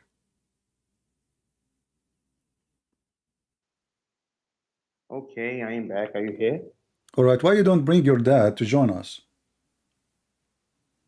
My dad? Well, I'd love to, but he's not here. He's not here. Okay. So you're saying to me, you like to beat your wife, but depend in what? Back in the Arab days, divorce I wasn't forget so about easy. back in the old days. Back in the old days, nowadays doesn't matter. Quran is for all time, isn't it? Yep, it is. Okay, so now the Quran says in chapter 4, verse number 34, beat your women. So Quran, chapter 4, verse number 34 says beat your wife. 34. Okay. Okay. Okay. So if you have a wife and you told her to make some tea for you, but she did not do it right away, do you like to beat her, or you don't like to do so? If I remember correctly, I read an ayah in the Quran that if your wives rebel against you, then you shall beat them. All right. Now, okay, let us say your thing wife, is- she said, I'm not going to make tea for you. yeah, You can beat her, right? no, not at all. Do you think that's a valid reason? Do you think that's rebellion? Yeah, rebellion. not Okay, making tell me tea what for- rebellion mean. What rebellion mean? She is a voting Democrat against a Republican. What rebellion mean? Explain to me. Go ahead. Let's say, for example, that she's planting conspiracies against her own husband. She's spreading false information about her own husband. She's doing all these sort of things that will damage his reputation, that will do things that basically she's lying. So let us say She's your even wife, trying- she posts in Facebook that my husband, he is a cheap. Do you beat her for saying that? It depends. Oh, the band. Okay. When the last time you saw your dad beating your mother? I don't think so. I've ever seen my dad beating my mother. Why? It's not the band? Are you telling me the truth now, or are you Because lying? Your mother, she never. She's She's never done anything like that. I'm not lying. She's never done anything like that. Okay, so your mother is always obedient, so she don't deserve to be beaten. But if she did rebellion, or your dad, he can beat her, right? I'm gonna say the same word again and again. It depends. Okay, so What does let us say your mom, she did something is not ethical according to Islam. Do you support your father beating your mother? Beating is the last resort. If you can seek a divorce, then that should be the last. In the Quran, if you read that beating is the lastest option. Where it says the last? Divorce, Show me in the verse where it says the last. do you know the position of the verse? Does the verse start with beat your wives? Does the verse start with beat your wives? But it's up to you. You know, the hadith says no man shall be asked for why he is beating his wife. Doesn't matter. It's up to you. You can admonish. You can beat. It's up to you to take any of them. Does it say first? Does it say second? Does it say third? No. Take a look at the ayah. Okay. Let us say you have your daughter. Your daughter, she wanna put makeup and go out in the street. Are you willing to beat her for that? I'm not going to beat her for that. Why? Never. Why? Because that's her choice. If she refuses to do I thought she hijab, had then no choice. I thought if she is rebellion, we beat them. that's not rebellion against the husband. That's their own choice. If they want to wear hijab, then that they are open. So you are saying to me, if the wife, she's spreading rumors against her husband, we beat her. If the wife, she take hijab out and she walk in the street without hijab, is okay? I'm saying if, for example, if divorce is possible, then they should take the divorce. If not, then, beating the wife should be an option.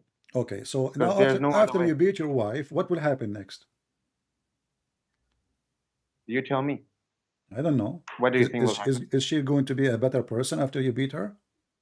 Do you think she will behave now? Have you ever, the thing, she may be, yes. Maybe. If I beat you, are you going to behave? If I beat you up, are you going to behave? Yep, I am. So I like, so now you are, for me, you are not behaving now. So you are saying to me, I should beat you, so you behave. I'm going to say the same word. Did your parents ever beat you? You are not answering. Do I beat you because you are not behaving? Is that a solution? Yes, it can be. If it's the last resort, if I've not listened to you many times, if you guided me and I started to, rebel against I'm going to guide you right now. I asked you to convert to Christianity. And based on your answer, you will receive beating or not. This is what you are saying to me. So if you say, no, I'm not going to accept, you are being rebellion. So now I have the right to beat you. Are you my father? Or what does this have to do with the father? You are not my wife. Are you a female? What do you think? Maybe. I don't know. Do you think I'm a female? I mean, everything you said to me, you keep saying to me, maybe, and they are lying. The books are lying. Everybody is lying. Okay, listen. You spoke about women marriage. When we show you your reference, your Islamic books, you deny them. Does the Quran speak of divorcing children? Before what? Does the Quran speak of divorcing children? Divorcing children? Yeah. I know what ayat you are going to quote. Go ahead. Okay. Go do your thing. Tell me. It's in front of you, chapter 65, verse number 4. You said to me that the books speaking of the child marriage are fabricated. You said to me that Fatima, she was 21. Aisha, she was maybe 30. But the Quran is speaking about that if a person want to divorce a child, after he divorced the wife. Child, it doesn't say the waiting period, those of your women who have lost all expectation of menstruation shall be 3 months. If a woman loses menstruation for 3 months, then but women who have, but female who never have their menstruation because they are too young. That's excluded in this. Okay, exactly. So now hold on. Look what happened now. So now you deny that the Quran teach you to have sex with the children. You deny the hadith. You say those are lying, right? But Okay, now we let's have wait a second. now we have a No, Quran. wait a second. Wait a second. It mentions 3 months. Do you think the child who has never had a period ever is 3 months old? My Why friend, did the Quran my mention 3 friend, months? because Then? the Quran is a stupid book. Why you want to wait 3 months anyway? For a woman, she appeared or not? One period is enough. Bro. What No, wrong? If a woman she have a you're period, talking. if a woman she You're have a talking period, about. why I need to wait 3 months? And now read with me. This is your Islamic If she didn't interpretation. have. Hold on. Listen. Let us see.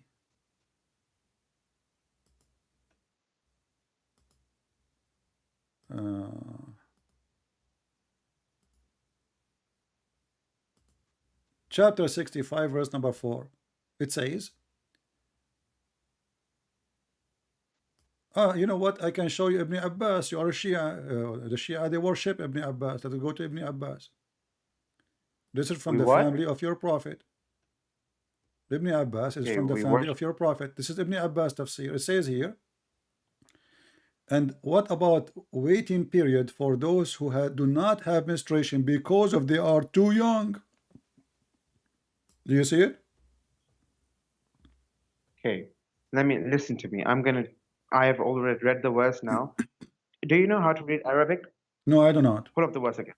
I'm Okay. from Pakistan. The word used. Okay, thank you. The verse refers to the waiting period until, if you know the Arabic, the word idda is used, which means women, who are by definition What the adults. word? What is the word is? What does the word mean? Idda, Yeah, meaning women. Idda mean Idda is used. Idda mean women. Idda is used for divorced women. Idda mean women. You said. Yeah. Who Idda is used for who women. is the donkey? He told you that. I am reading an interpretation right now. You said idda. The word idda mean women. Yeah. I'm saying to you, who is the donkey? He told you that. Idda mean the count. I'm reading it. Idda mean the count. I am an Arab. So you want to teach me Arabic now? Idda mean the count. So the count is a 3 month. This is what idda mean. The period they wait is a idda. You made the word idda the women, and you made the word women the month. Okay, does it? So does listen, it ever mention read with the me. word? Read with me. It says here, what about the waiting period of those who do not have menstruation because they are too young? This is Ibn Abbas. Does it say? Ibn Abbas, you Muslim Shia, you worship him. We worship Ibn Abbas. Who told you Yeah, that? he is from the Which family of donkey? Muhammad. Don't you say you believe in Ahlul Bayt? We do, yes. Okay, this is guy from the Ahlul Bayt. Is the cousin of Muhammad. Yeah. Okay, so Yeah. he is saying because they are too young, this is why they don't have their period. Okay. Yeah. Okay, I'll accept that. So do you That's agree? what you're So saying. now you accept that. Thank you very much. So is it ethical to have sex with the children? No, it is not. But you accept Children, that. no. You just said you accept that. You are divorcing them now. So when you marry them when they are infant? That wouldn't be applicable in the real world, wouldn't it? Well, this is the real world. This is your Muslim. This is your practice, and this is your God. So are you saying to me, your God, he gave you something not from the real world? He's talking about divorce. This is the chapter of the divorce. The name of the chapter is divorce. So now we are talking about divorcing females. And one of the case of divorcing is divorcing the children who they never have their period because they are too young, not young, too young. Yes. Okay. Does the Now Quran? what Okay. Al-Khomeini, he Wait is a a Shia like you. He is the founder of the Islamic government of Iran, the founder of Hezbollah. He said in his book Tahrir al-Wasila that you can have sexual molestation with a child even if she is an infant. No. What if I show it to you in the I screen? don't care. No. I don't care who he is. I don't care if he's the governor of the world. Okay, Just, are you give saying me to one- me? Are you just saying wait a to second, me? wait a second. Are you saying to Wait a me? second. You know more than the highest scholar of Shia in this century. I'm saying I do not know more than the Quran. If it's written in the Quran, go ahead, marry. Well, in the Okay. Quran in front of you, it's Just Quran answer. saying the Just Quran. The answer. Quran saying there's no limit of the Does the age. Quran? It says too young. No. Why didn't have their period? They are too young. Does the Quran give me a verse that says you are allowed to marry children?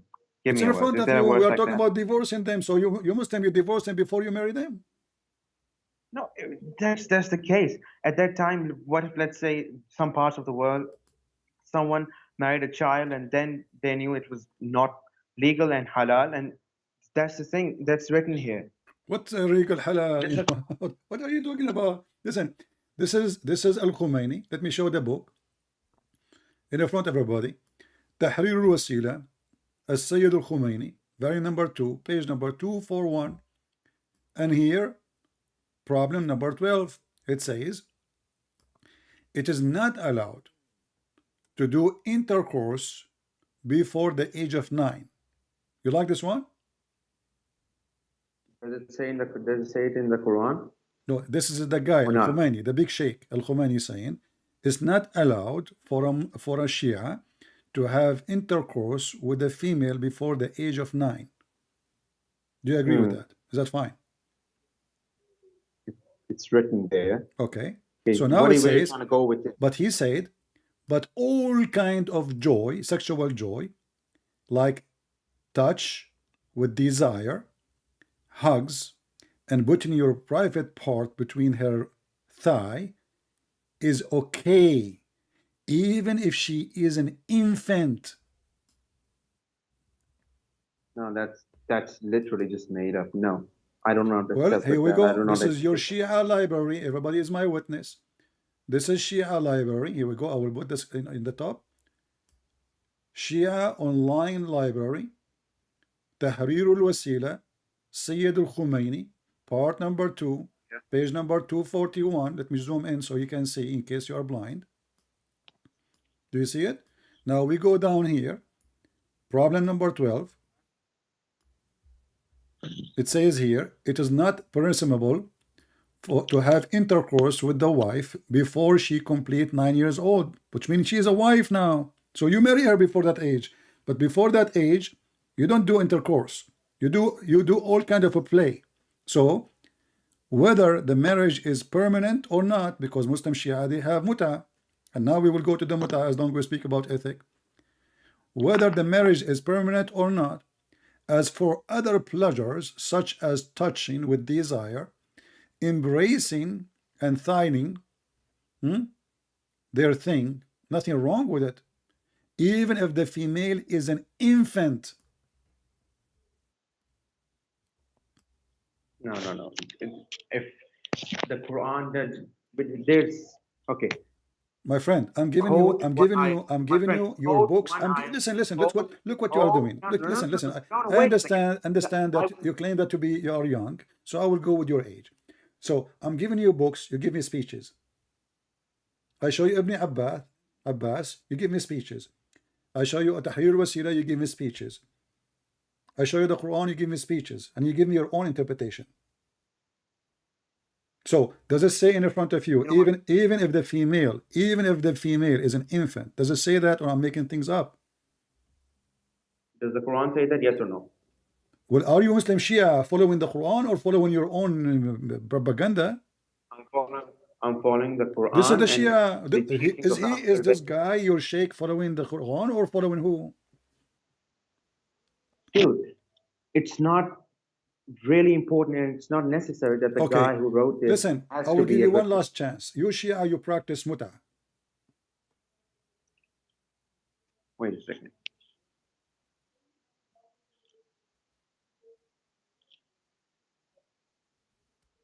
What? No, we don't. You don't? So are you against the Quran That's now? prostitution. Huh? Does the Quran encourage muta? Oh, you do not know. So you are a Shia, you never heard that Shia do muta. That's a good one. Are you practicing taqiyya? Are you practicing taqiyya with me? You know, your highest imam, he says that the taqiyya is the shield of the Shia. You know what does that mean, right? It's mean to lie is the shield of Shia. And I can show you the hadith. very authentic. So the shield of Islam, of the Shia Islam, is lying, taqiyya. Now you are saying to me that in the Quran, nowhere it says that you can have muta. But all Shia in the world, we have tons of videos on YouTube, Shia scholars speaking about muta, saying it's a wonderful, the Prophet, he never forbid it. Quran, this is Quran, chapter 4, verse 124. So you are saying to me that now you never heard that Shia, they practice muta. No, I have heard of it, but the thing is, where I'm from, the Shia, they reject muta. No, it's not legal. Is It's it not up, halal. is it up to you to reject what is in the Quran? It's in the Quran. Does the Quran mention muta? Yeah. The word muta is in Arabic. فَمَا اسْتَمْتَعْتُمْ بِهِ Where? Here we go. Give me the ayah. Give As me long the as you ayah. speak Arabic, you were teaching me what idda mean, and you said it's mean women. So let us read Hey, together. give me the ayah. فَمَا اسْتَمْتَعْتُمْ Give me the بِهِ ayah. I am giving you the ayah, chapter 4, verse 24. فَمَا اسْتَمْتَعْتُمْ بِهِ مِنْهِنَّ. So, اسْتَمْتَعْتُمْ, this is muta. اسْتَمْتَع, muta. Muta. You see the muta? Here we go. Muta. اسْتَمْتَعْتُمْ. So because you enjoy it, bihi, which is the vagina of them, you have to pay them wages. So the Shia and the Sunni, they've been given an order in the Quran to practice muta marriage. Can you explain to the people who they are listening what muta marriage is? Are you on Surah Nisa, chapter 4, verse number 23? 24. 24, okay, let me pull up 24. There is somebody next to you doing muta too. What is that sound?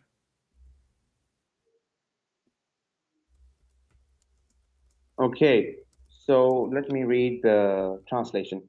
And also prohibited to you are all married women, except those that your right hands possess. The decree of Allah upon you, and lawful to you are all others beyond these, provided that you seek them in marriage with gifts from your property, desiring chastity, not unlawful sexual intercourse. So for whatever you enjoy of marriage from them, give them their due compensation as an obligation, and there is no blame upon you for what you mutually agree to beyond the obligation. So where does it mention the muta? Okay, here we go. See, you keep denying. Every Shia knows that the muta is in the Quran, and suddenly now you never heard of it. So this is alislam.org, and they are explaining. Tell me where. Listen, and they are explaining chapter 4, verse 24 in front of you, alislam.org. So those of them, women, whom you enjoy, give them their appointed wages. Let's continue. It says here, the Shia. What are you? Hold on, read carefully with me. This is the Shia now. We are talking about the Shia. The Shia. Wait a second. I'm not. Hadith concerning all the branches of Shia in the word muta is employed in the heading of the sections of temporary marriage. They continue here saying, you will see here it says that muta is a kind of rental. In some work, special term applied to women who participate in muta.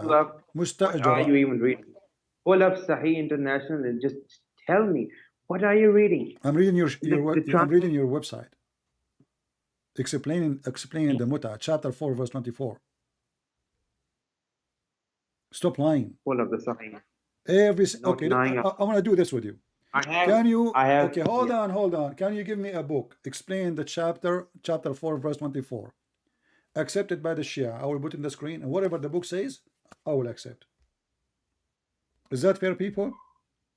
You give me a name of a book, Shia Tafsir, for chapter 4, verse 24. Can you just read the translation of the My friend, ayat again? let us make it short. Can you give me one Shia book? Just one. One Shia book of your choice for chapter 4, verse 24. I will put it on the screen and in front of everybody. Whatever your Shia book, the one you give me, explanation for chapter 4, verse 24, I will put in the screen, and I'm not going to discuss with you no more. I will read exactly what it says there. Do you accept the challenge? Wait a second, let me see.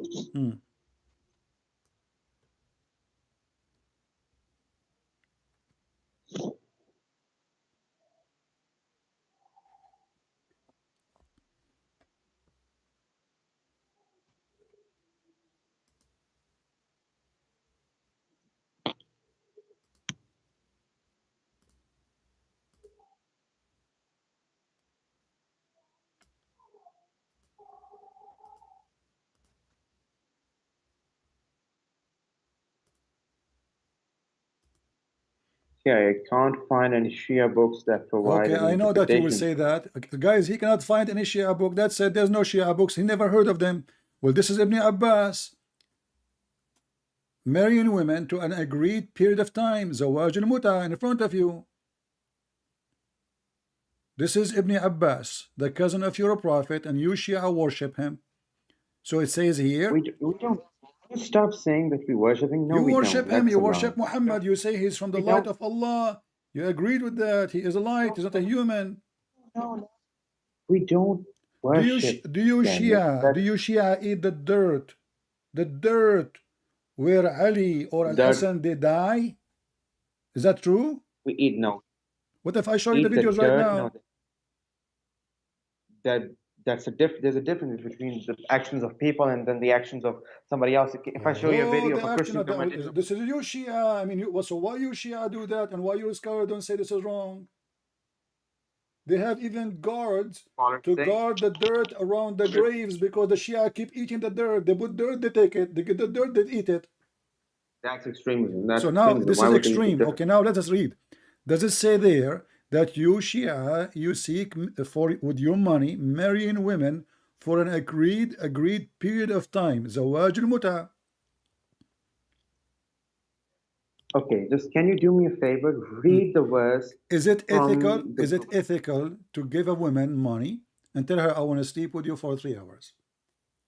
That's prostitution. No. That's prostitution. Okay, is prostitution haram in Islam? Yep. What if I show you a verse in the Quran says no? It's okay. Show it to me, then I'll change my opinion. Show me a verse that What will says happen if you prostitution change is your allowed. opinion? You will leave Islam or what?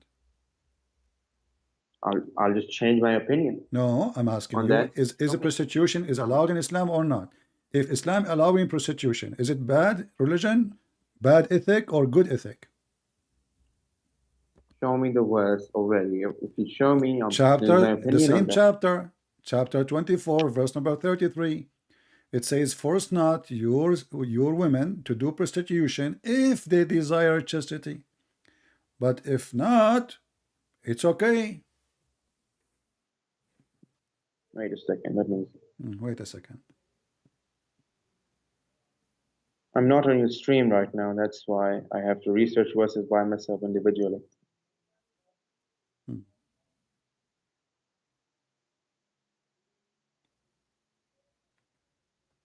Remember, you are the one who said that muta is a form of prostitution. Did your prophet practice it? Did he? Did he? I do not know. Can you tell? What do you mean you do not know? Is your dad there? Why you don't call No, him? he's not. Who is there? Who is there to help you? If there's a sheikh, No you one, can I'm call just him. saying. Okay, who is the sheikh in the mosque you go to? Why you don't call him right now to join us? Wait a second. No, why you don't call a sheikh? I'm serious. Okay, I am now interested in Christianity. Okay. No problem. You win this argument. Can you call a Okay. sheikh for me right now so he can join us? You do not need to come to your house. You can just join us in Skype. Where I live, there are no Shia sheikhs where I live. You know, what do you mean you are in the internet? Go find somebody in the internet. What do you mean where you live? Huh? Okay, what about this? What about this? Next time you call me, listen. Next time you call me, you bring a Shia sheikh with you. What do you think? Find somebody. I can't, dude. Okay. Can you? Okay. I accept my defeat. My lack of knowledge is clearly not enough in front No, of it's your not about. research. Okay. I'm not here to defeat you, my friend. I'm here to show you the truth. What defeat? We are not fighting. So I'm asking you now. Is it true? Is it true what I showed you on the screen, or I'm making things up as those are my websites? You have what you have showed is correct in your own way, but clearly there's a deeper No. meaning to You this. see, you are playing with the words. You are just being a deceiver now. Correct in my own Not way. What does that mean? Is that your website or my website? correct in my own way. I'm not saying what you have said is your research and it has to be correct, and there has to be a deeper meaning to this instead of what you just When showed Ibn me. Abbas, he said, this is about marrying women for a period of time. You pay them I'll ask wages. somebody. Is he lying? Does the Quran reject prostitution? Yes or no? No, the Quran agree with prostitution. Here we go, chapter 33. I just showed you the verse. What's wrong with you? The Okay, Quran chapter 33, says, the Quran says, if you don't force them to do prostitution, if they desire to be chaste, if they desire, which means if they don't desire, it's okay. And if you force them, it's okay too. Allah is all merciful. Wait a second.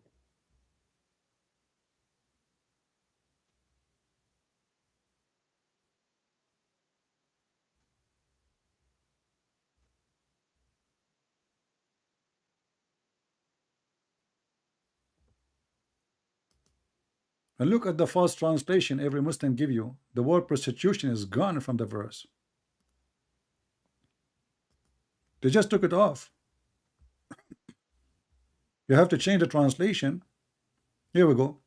And force not your maids to prostitution if they desire chastity, in order that you make gain, which means money, in this life. But if any one of you compels them to prostitution, then after such a compulsion, Allah is forgiving, the most merciful. Between two brackets, those women. What do you mean forgiving the women? But they did not do anything wrong. You are the one who forced them. So now we have a condition. If they disagree to do prostitution, you are good to go. If they disagree, still you can force them, and there's no penalty for Muslim doing that.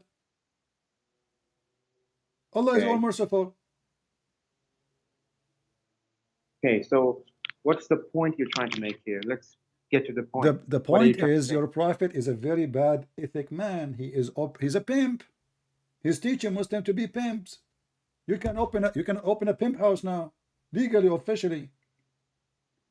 Then why is intercourse before marriage made haram if he's trying to be a pimp? Not with a slave. You can have sex with a slave before marriage. Those are slaves.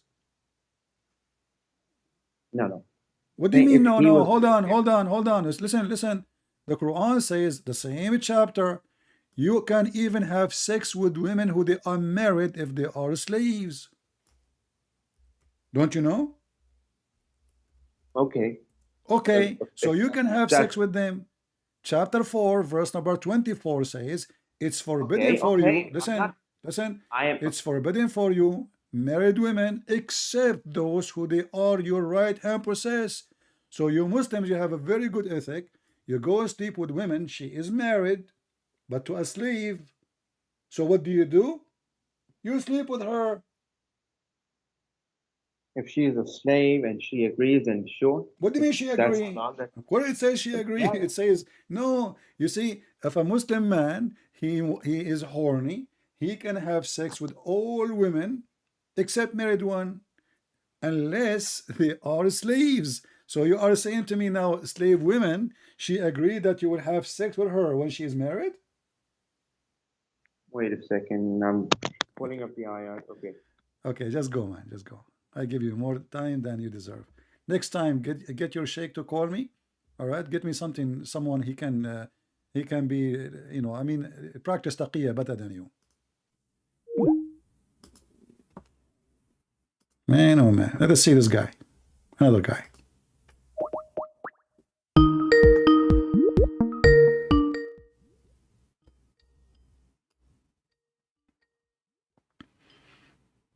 Hello? Hello? Must be he hang up. All right. I mean, do you see this is the ethical religion. You can rent women.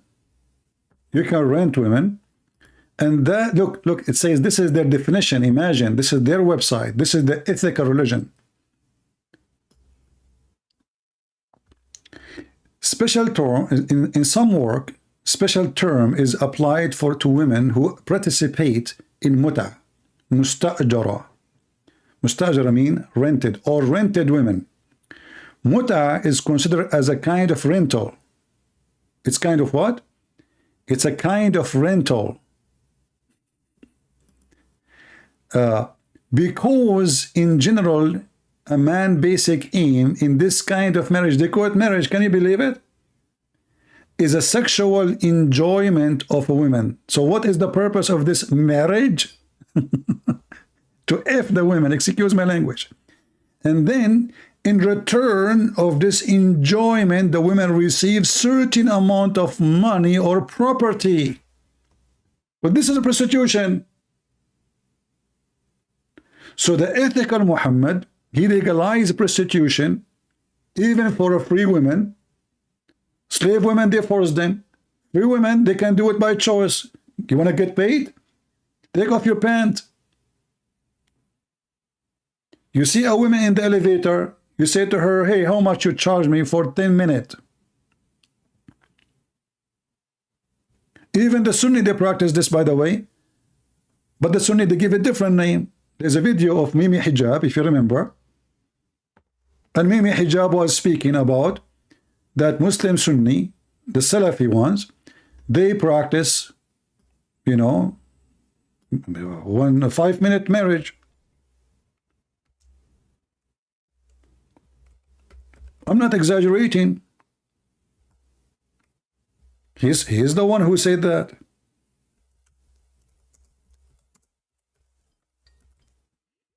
This guy is calling me now.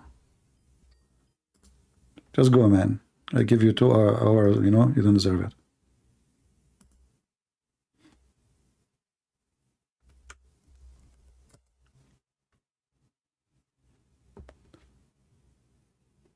This is Mimi Hijab. Explain how the Muslim Sunni, they practice the same as the Shia. The difference is they give a different name.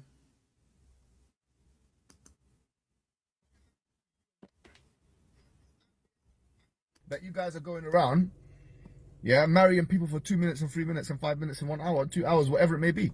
Salafis are always accused marriage and divorce. Did you hear it? How many? How long? This is the Sunni. Those are the Sunni Muslim.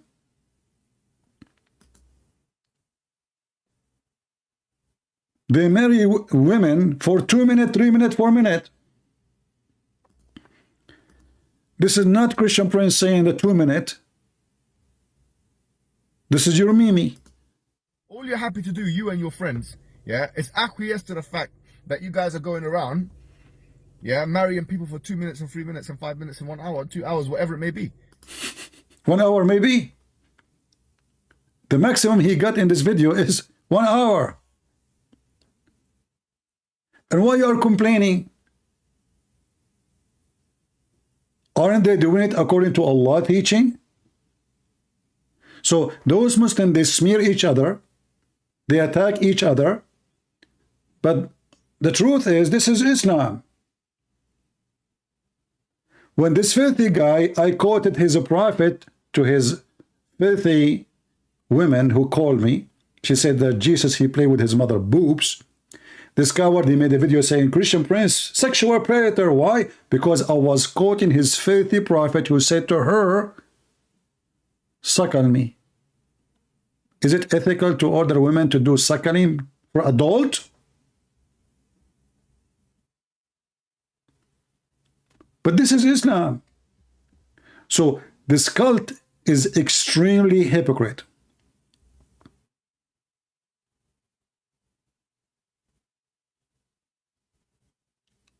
They do everything against God teaching, but they claim to be people of God. They do everything, have zero ethic, and they claim that it is the top of ethic.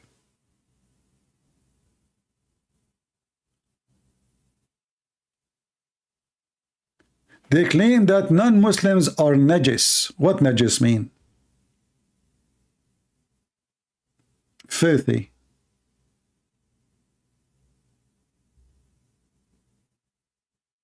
When their prophet is the one who takes shower with dead dogs and women blood from period.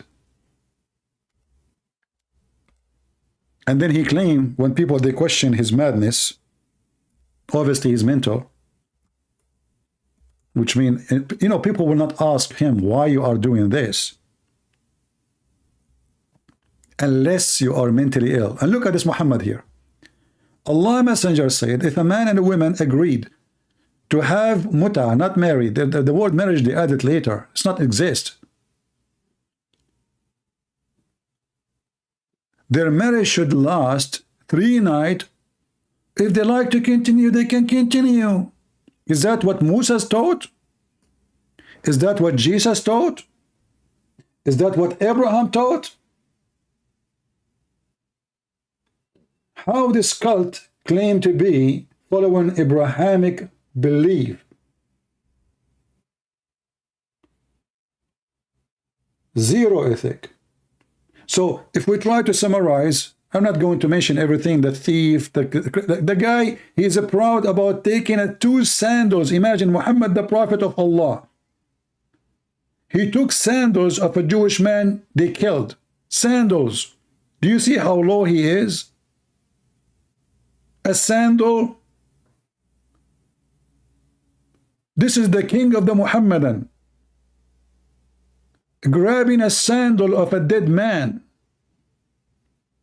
And he took his donkey. And then not to forget the miracle that this donkey, his name is Yafur. And the prophet, he asked him, do you like females? And the donkey, he was from San Francisco. He said, no, I don't like females. So the ethical prophet, even when he speaks to his donkey, he asked him about sex. I mean, imagine yourself the first time speaking to an animal. Let us say if that is possible. God gave him that ability, no problem. The first question you asked your donkey, do you like sex? Do you like females? I mean, what kind of a question this question is?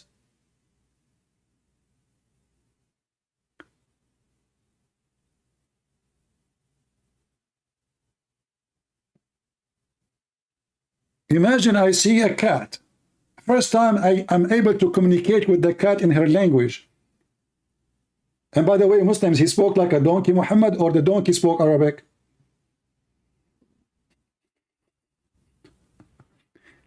And then he said to him, do you like females? And this is in the book of Ibn Kathir. So the ethical prophet, and the Muslim, by the way, they said to you, Christian Prince, why you talk about sex a lot? Well, this is your prophet. I'm quoting your prophet.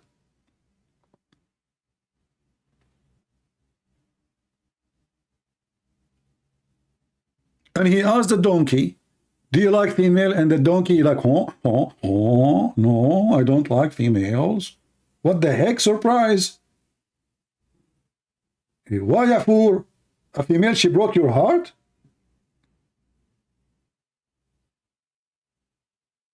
And then the story continues that the donkey, when the prophet, he died, commit suicide. He went to an empty well of water and he jumped inside and he killed himself.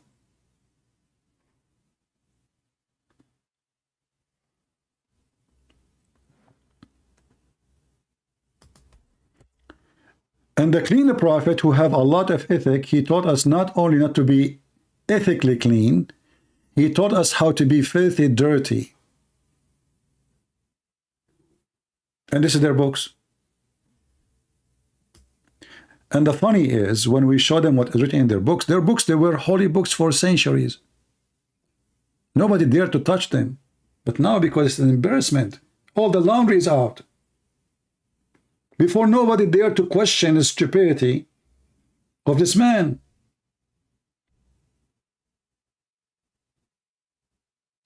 Now, the easiest way to get out of this, we say, oh, this is a false story. But there it says Sahih. Look, in Arabic here it says Sahih. Sahih.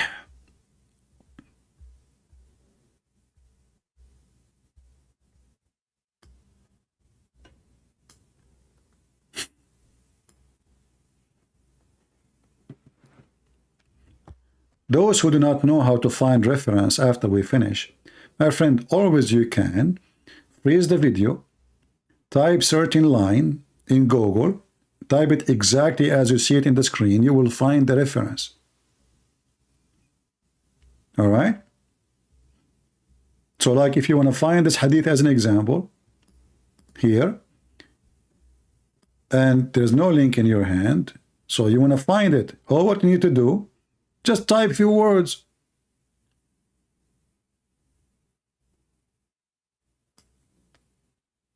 Like here you can say, which was a well into which menstrual clothes, dead dogs, and stinking things were thrown. Type this line in Google, you will find the hadith right away. It's called misyar. No, there's many hadith, there's many marriage in Islam. There's urfi, there's misyar, there's zawaj friend, there's many. If you read my book, Sex on Allah, you will find there's tons of them. And they add more. Like as an example, if you are, there is travel marriage. So a person, he want to go and study, let us say, in Ukraine, a Muslim. So what he do, he's allowed to marry a Ukrainian woman, Muslim or not Muslim, until he finish his course.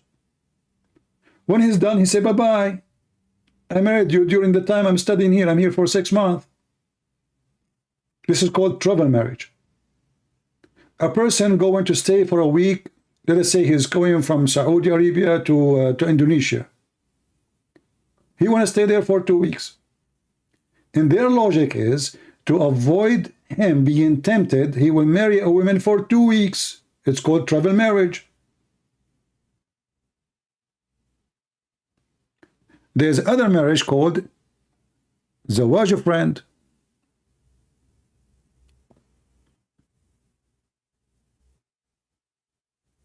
What zawaj friend is? You have a friend, but you don't want to get married, but you want to have sex. So we don't want to have a boyfriend, girlfriend thing. So what we do? We marry and we meet once a week or once a while for sex in the hotel. No obligation, no family, no really marriage. It's just sex. It's called zawaj friend.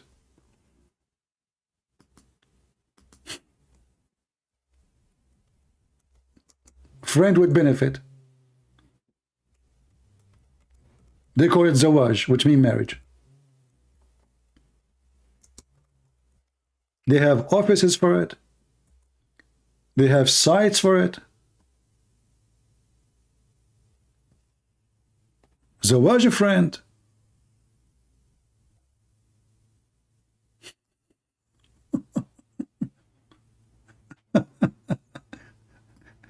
Like, do you like to be my friend wife? You know, we don't have a really marriage. It just, so if they get us busted, we are married. We go to the hotel, we do boom boom, you go home, I go home. Marriage. So what Muhammad he did, he changed the name of every evil, for he have zero ethic. So fornication became marriage, prostitution became marriage, theft became booty, cheating became a truth, lying became a way and a shield of God, and women giving themselves to the Prophet because they love Allah.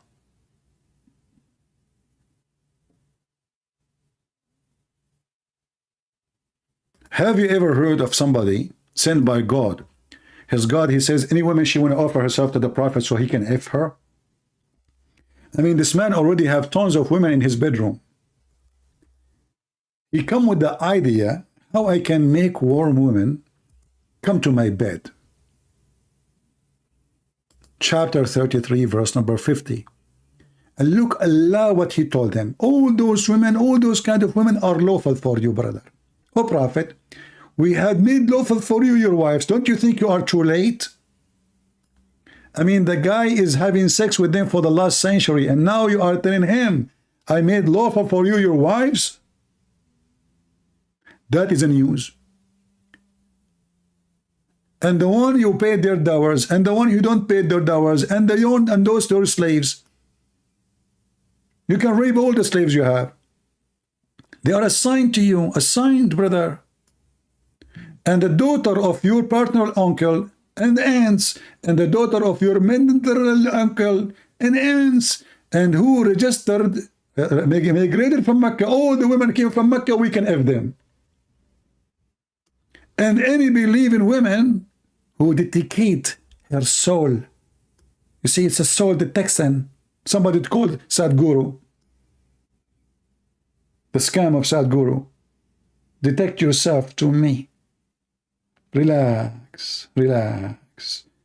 We are going to practice yoga. If you feel being touched somewhere, don't think that it's me. It is the ultimate power of a spirit touching you. Close your eyes. So the prophet, if he wishes to F her, you see the translation saying here, to marry her. In Arabic it says to F her. And this is only a privilege to thee. Only to thee a privilege. Do you see how much ethical he is? Why you guys are laughing?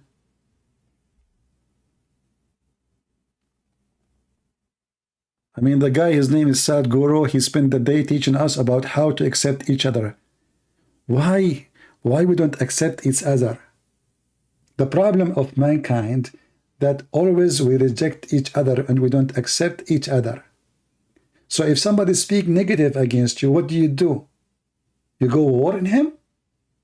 Learn that you can receive and he can receive. And then I made a video about him, laughing at him. He reported me to YouTube in less than 15 minutes. So he spent the day teaching people about how to accept each other, and the coward, he filed a complaint to YouTube of copyright. And now we understand why his name is Sadhguru. You know, so all those scam, you know, they do the same. They speak of themselves, they are so good, but in reality they practice the opposite. This guy, he speak about how the poor can live happy, but look, go and see what his children are.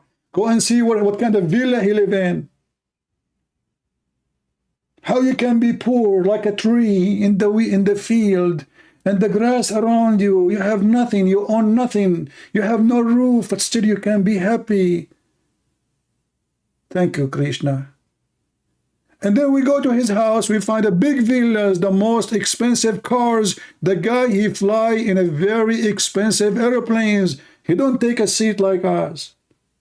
But he want to school you about how to be poor. Do you know the movie is called The Love Guru? Even we changed our topic. We remember The Love Guru. The Love Guru is a comedy movie, right? But it's an example of the scam. How they play with the mind of the weak. You know, there's people, they have weak mind.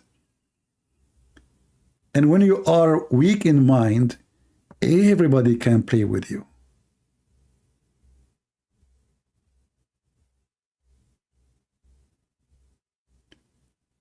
And there's many, they want to take advantage of the fool. The weak-minded.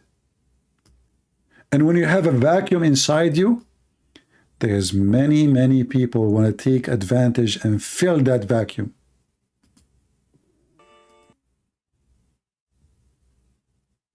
So what is the solution? A guru who live in a villa,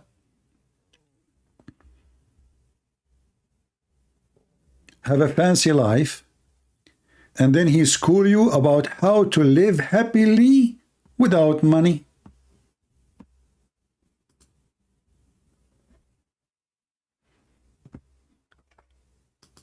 I think I want to be guru very soon.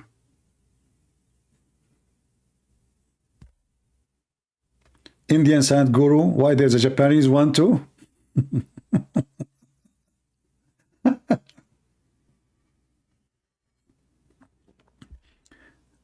I think the gurus are exist everywhere, especially if they have a cross eyes. Do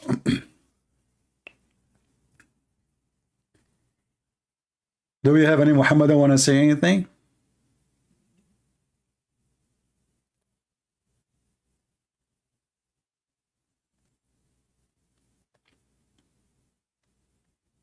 And you know, this is how actually you see, like when I went in Asia, I saw many of those white European, they became the followers of guru. If you ask yourself why those people, I mean, why you don't see African doing that? Why you don't see Asian doing that? The majority is foreigners coming from Europe because they are empty. They are lost. So anybody can tickle their brain with some kind of words and philosophy. They are driven to it. So now let us do yoga and self-focus. Actually, we are sick of self-focus. The whole world is self-focus. People are homeless because we are self-focused. We have war, people killing people because we are self-focused, because everybody is greedy. We do not want more greedy people. This yoga is not really something good. I agree with the sport, any kind of a sport. But this yoga is evil. It's teaching you how to focus on yourself, how to be selfish. And the rest is just a fiction. If you want to see really people how happy they are, the one who follow the philosophy of yoga, go and live in their country and see how desperate they are to leave.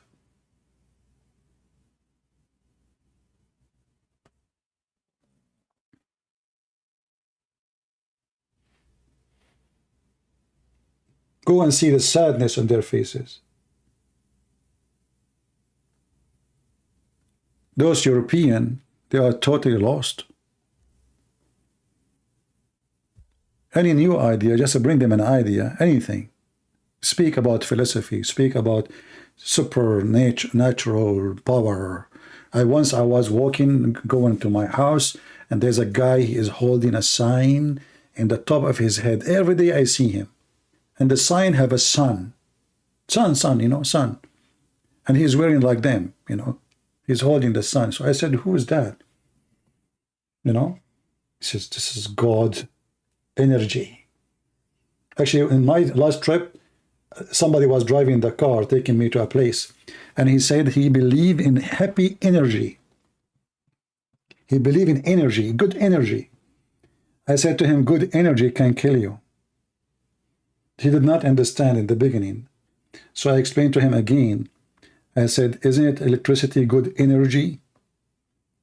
But if you use it in the wrong manual, if you don't look at the manual, the same good energy can kill you. Don't worship energy. You are just a foolish person who do that.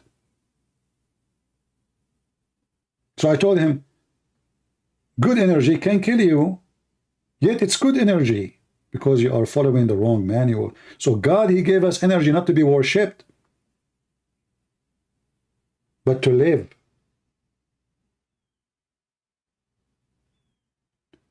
And if you try to understand without the manual of the maker of such an energy,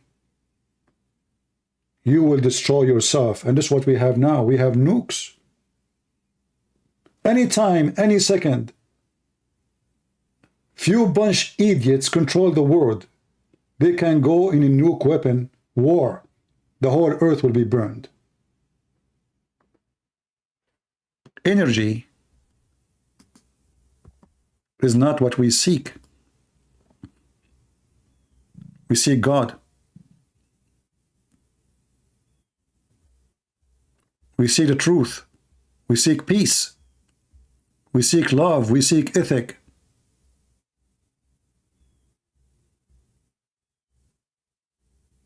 You follow energy, you will get it. And you will die with it. So I say to the Muslims, your prophet, he have energy for everything in the bedroom. Even when he go and do jihad, it was energy for sex. He said to the Muslim, go, let us attack the Roman so we can get the blondie girls. What kind of energy? What kind of ethic? Even when he go to his own son to visit him, he flirt with the wife. The Muhammadan, they claim that Islam is a way of life. I say to you, my friend, Islam is a way of death. For Islam make you addicted to your lust, to evil, to do what is not right. Yet you give it good title so you feel happy and you kill your guilt. Having sex with the children cannot be from God. Even animals don't do it. But what you do, you call it marriage to justify your evil. Beating women because they are weaker than you. What do? You are teaching them ethic to justify your act. You marry one and second and third and fourth. And what do? You say, Allah, allow me. But the question, why one is not enough? What is missing? And why you want to have more? Are you a goat? You say, God, allow me. And are you enough with 4? No. We divorce the 4, we get more 4. As long as we have money, Allah, allow me. So Muhammad destroy the single cell of life, which is families, the family value. He destroyed the honesty of the children. He made them sex object. He destroyed security of the world. He made the whole world is a field of war and slavery. Not to forget to mention how he insulted the black people, how he claimed that God created them to go to hell. Zero ethic, racist.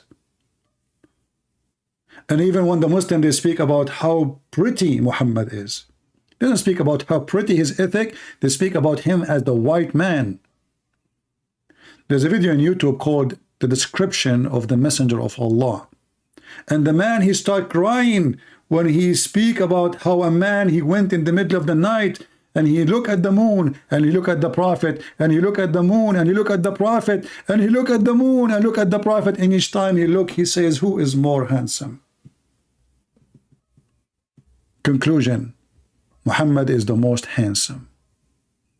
And yet they claim that Islam is not racist. Islam don't care for how you look like. But the second you speak about Muhammad, they describe for you his belly bump, how white his underarms is, how white his face is. If you search right now in YouTube and see the descendant of the Prophet, you will see how blonde they are. Extremely blonde. You ask yourself, what's wrong with this religion?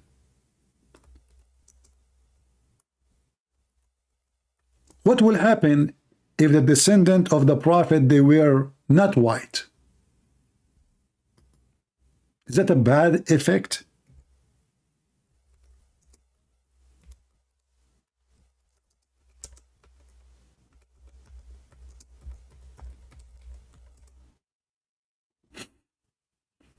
Look at the descendant of Prophet Muhammad.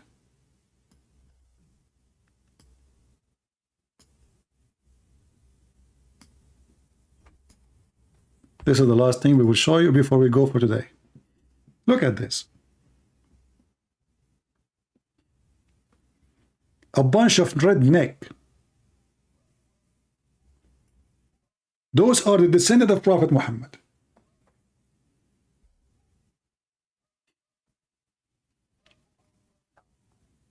And I guarantee you, none of them have to do anything with Muhammad. It's just another scam.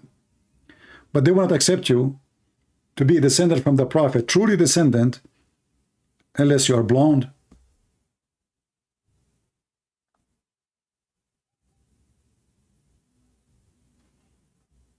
And then every scammer, he claimed that he is descended from Muhammad. That's Saddam Hussein, Al-Qaddafi, the king of Morocco, the king of Jordan.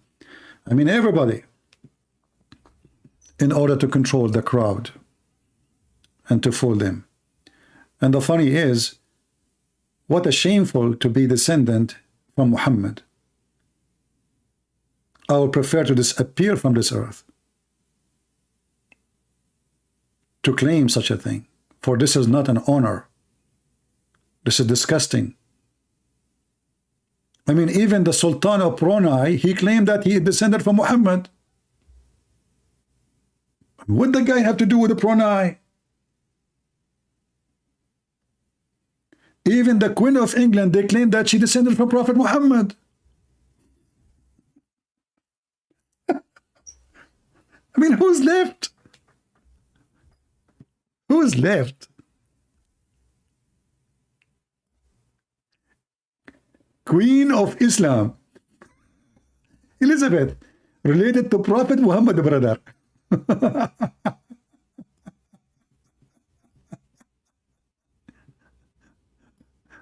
Oh boy. What a scam religion. What a scam. Look at this guy. He descended to Prophet Muhammad. What happened to him? Are you okay, buddy? Makeup, lipstick. What? The face of the descendant of a Prophet Muhammad PPUH. For sure he have to be so white. Are you kidding me? He can't be African. That will be attack on Islam.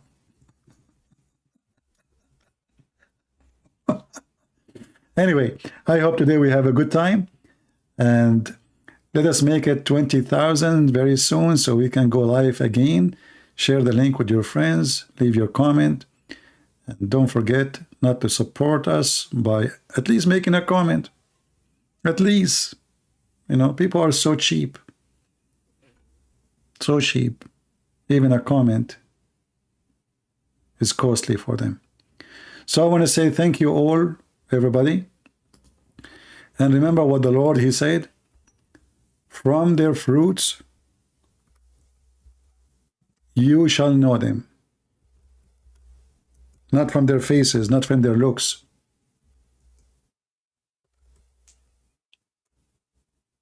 We don't care. We as a Christian, we shall not care if the person is African or Asian or white. We care for one thing. The fruits, my friend. The fruits. And the fruits of Muhammad is so clear. Evil like him.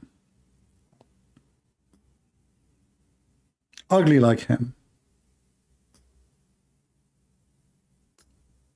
People who worship a look or a color, they are racist to the bone.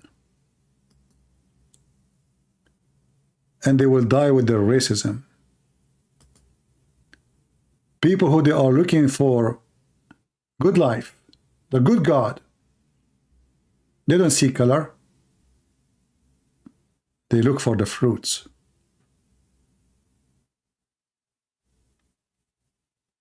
If God, he sent me a prophet, he's a black. What's the problem?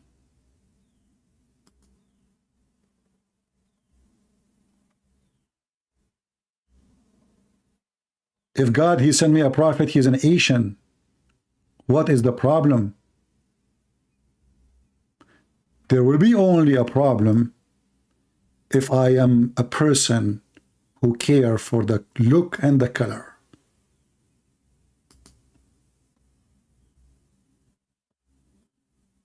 You will not find single verse in the Bible describing how the Lord looked like. Not a single line is speaking about his color.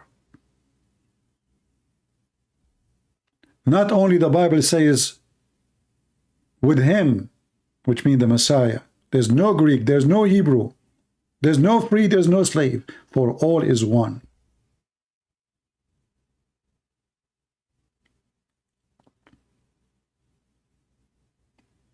We don't talk about the look of Jesus because we are not worshiping a look.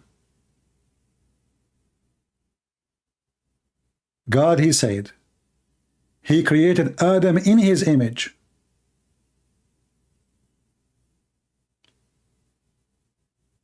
He did not say he created Adam as white or black or Asian. He said Adam. And in Christianity, we believe that all of us, we are the children of Adam. So with Christ, you are united. We are one. And we cannot be a racist.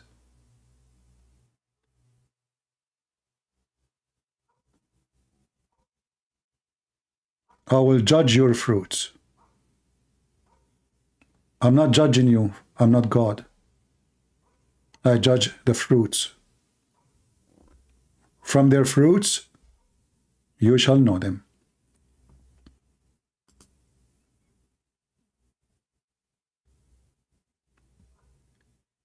Somebody saying, but you are looking for numbers. Well, obviously some people here are weird. I'm the last one to look for numbers. I'm looking for more viewers so more people will learn. Do you think I'm here to just sit and talk, waste my time? You are looking for numbers. And let me, you know what? As long as I'm looking for numbers according to you, I want to make it less numbers. So I'm going to block you. You are not welcome here. When I say share, let more people see. Because it's hurt to see people watching a video. Candies around the world, they have 335,000 views in one day. And they are speaking about what? Candies. Here we are trying to save the life of people. And what do? You complain because we are asking you to share. So we do the fight. We risk our life. We get death threat every day. And you complain because we are asking you to bring more viewers. And as you see my videos, they don't make money. Do you see you can make money advertising? No. I don't even keep my videos. But the lazy you don't even want to do anything. The same way many, they call themselves Christians. They want God to do everything for them. God, he died for us. God, he came for us. God, he provide us. God, but they don't want to do anything. They are like a sucking worm. The worm who sucked the blood. And they never have enough of it. And the second you ask them to do something, they complain.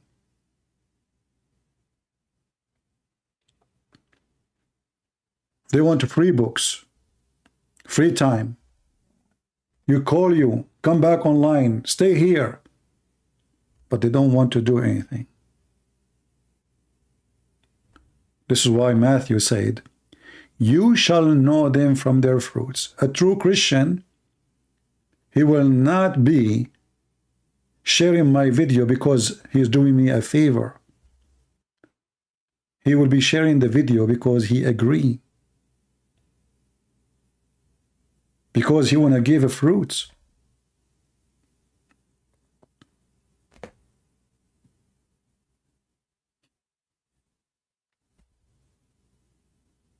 They want to have everything for free.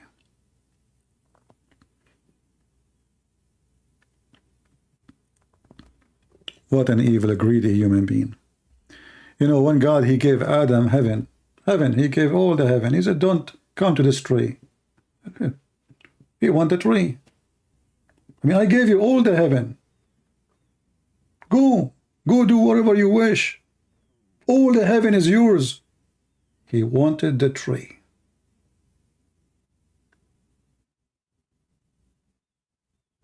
Greedy.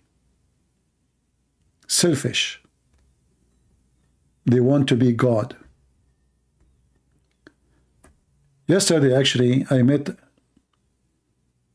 two old couple. And we have a very nice conversation with them. They told me, which church you go to? I said, I don't go really to churches. They said, why? I don't agree with them. The first time, second time I go, I will be arguing with the minister of the church. And why I argue? Why I don't like what they do? Because they don't serve God. The first 20 minutes of their sermon speaking about collecting money. The last 30 minutes is about collecting money.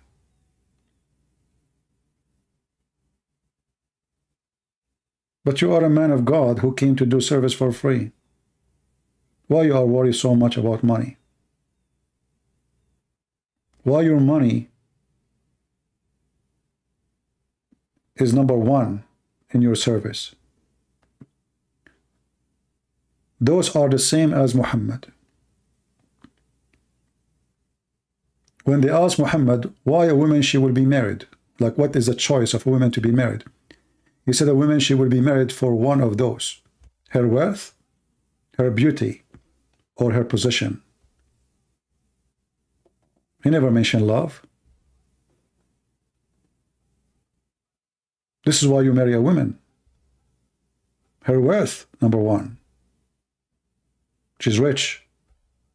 Her beauty, number two. You want to enjoy yourself having fun with the pretty women. And her position, she's from a powerful family maybe. He will get a higher in rank of society. But he never mentioned love. We as a Christian, in our relation with Jesus, is based on love,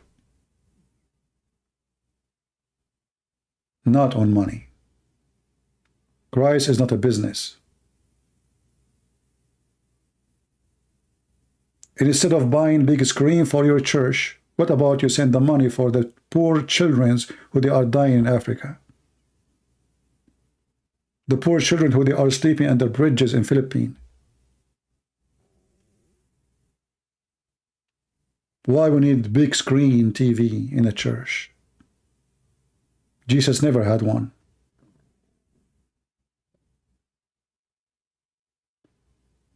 So I disagree with them.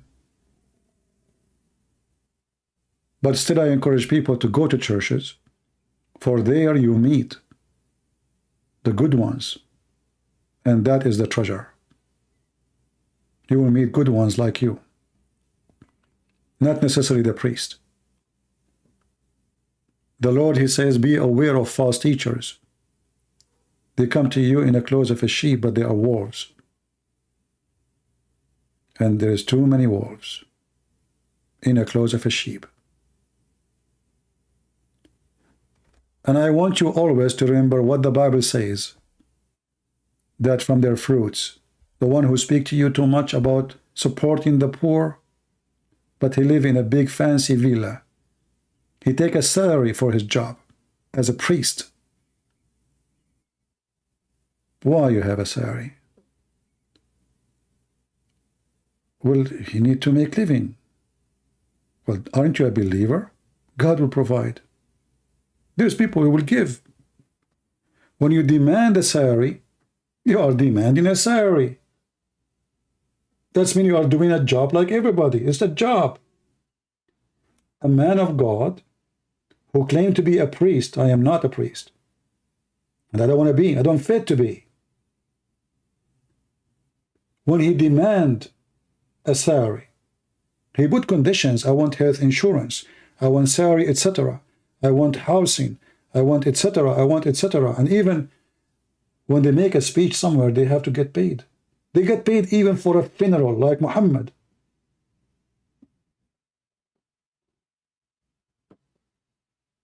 Even in death, they charge you. So Christianity, my friend, is not a priest. The priests, they don't present Jesus. There's many of them, they use Jesus. So you have to be vigilant, you have to be careful, you have to be smart.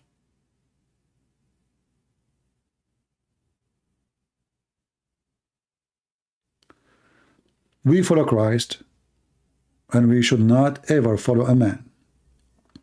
The one who follows a man, he will end dead with the man. And all of us, we can be tempted. If you ask me, do you like to have a big villa? Oh, yeah, sure. Why I want to stay in this tiny house if I can get a big villa?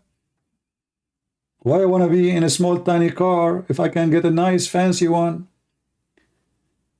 Why not? All of us. That is the nature of a human being. So don't put your trust in a man. If a man, he claimed to be working like Paul or like Peter or like John, well, they should live the same as they live. They used to make tents to make living. And if somebody make a donation to them, it's a donation, it's a gift, but they don't seek, they don't work for it. They don't put condition. I will not save your son unless you do pay me.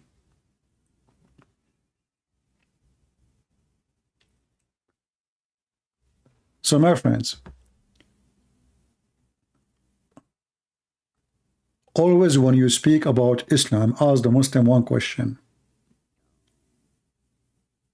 What was the fruits of your prophet when he taught you to beat your wife? What is the fruit of that action? Your wife, she will love you. She will hate you.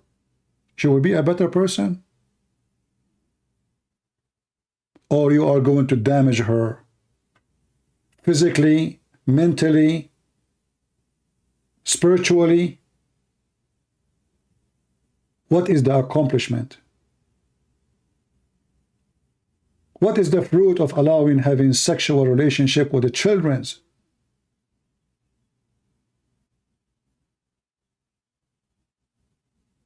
A child should live as a child.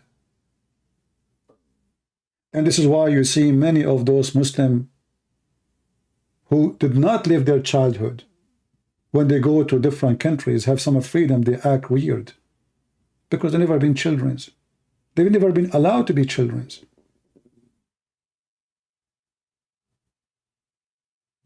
It's like somebody, he always wanted to have a nice fancy sport car. He wanted to dress nice clothes, but he could not do that when he was a teenage. So when he became 70, now he can afford it. So suddenly he's driving open Corvette. And his wife, she is 80, she is wearing short skirt, as if she is 17. Because they could not live their life when they were teenage. They are teenage again. When God, he created us, he made us to live in stages. The child should live as a child. Otherwise, he will be child later. And he will be in trouble for being a child later. The adult should be adult and act like one when he is adult. The old, the very old, should act like a very old. Otherwise, he will be a teenage again. Every stage in life exists for a reason, and every stage in life have a fruits. And your fruit when you are older should be even way better from your fruits when you were younger, even though people think the opposite. Because now the inner inside you is cooked with wisdom, mixed with experience, lived a long life. You learned a lot. So now you should know how you can make better fruits.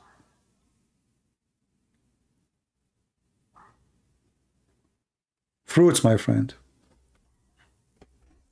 And those are fruit, you cannot eat them, but you can live with them.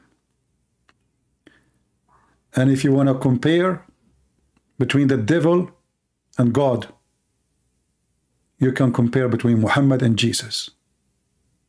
For the fruit of Muhammad is a fruit of a devil, and the fruit of Jesus is the fruit of God. Did you ask yourself why we Christians are debating with Muslims if Jesus is God or not?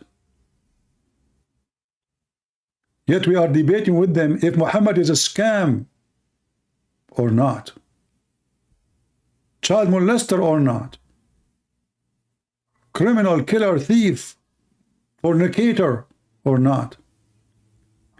So we are debating about Jesus if he is God or not, for he is so good.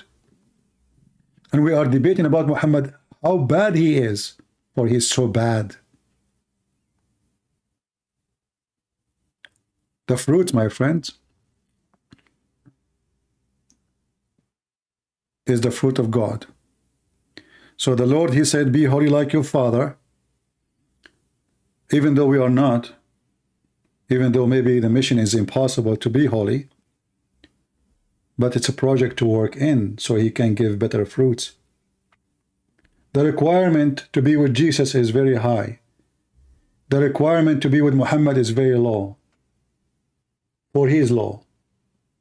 Say Shahada, get 72 women, have sex. With Jesus, the story is 180 degree, the opposite.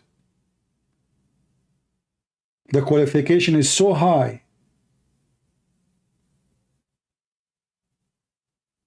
For he is the High Lord.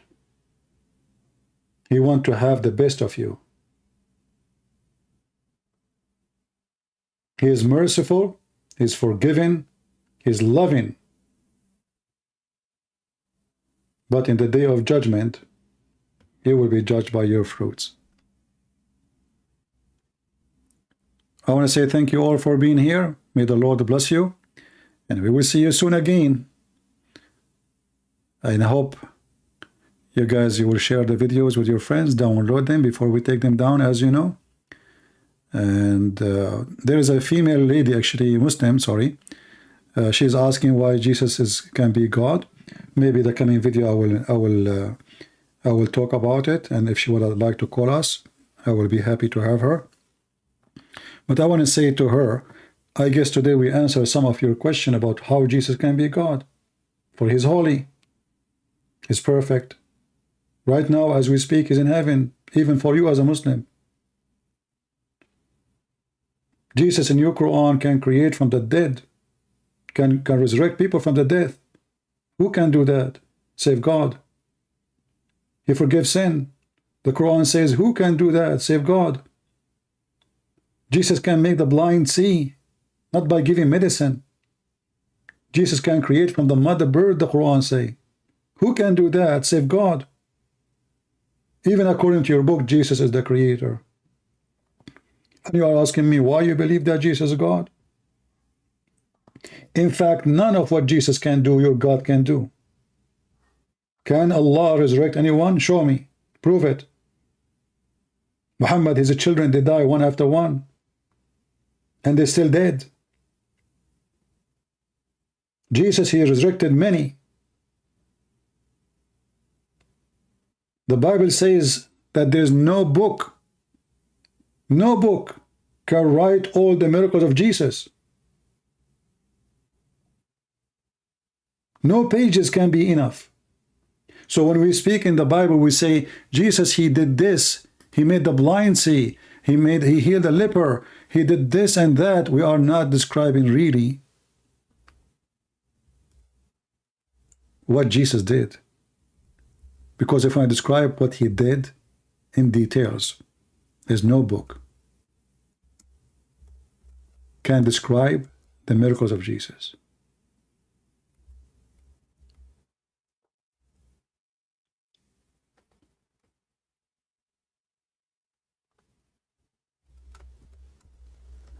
You know, each time I see somebody says to me, he believes in Islam,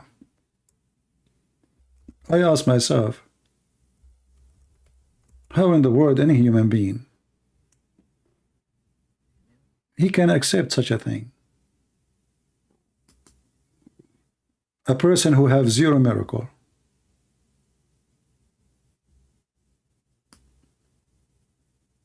The Quran witness for that. When the simple question always, why we want to follow somebody, he himself could not prove anything to be at least from God. If we go to the book of John, John, the disciple, described for us how we can describe Jesus' miracles. Who can describe it? He said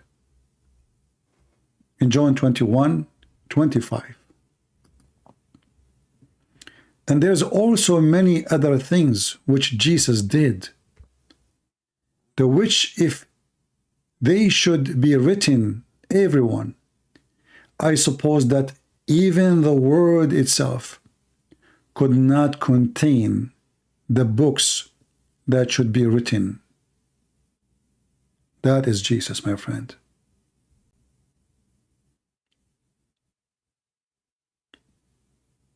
And this is why those disciples, they were willing to die for him, not to kill, not to get women, not to get virgins.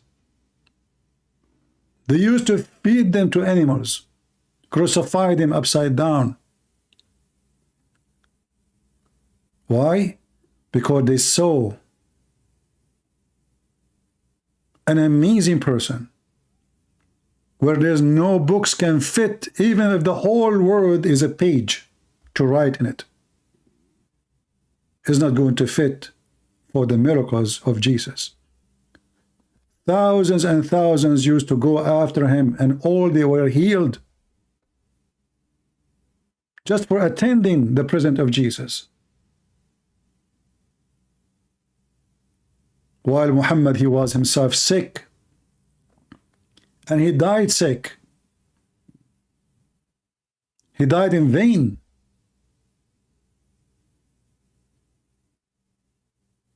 Like Buddha, by poison.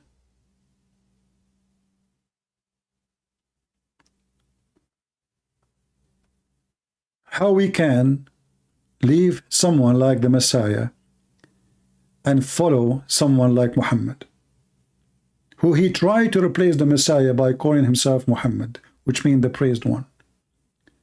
This is the whole purpose of Muhammad. And actually, I believe somehow Muhammad is just a same person we mentioned about him before. He called himself a prophet Manu. You will see that the stories of Muhammad always they match with the story of Manu. That person, he tried to copy Jesus. He tried to be like Jesus.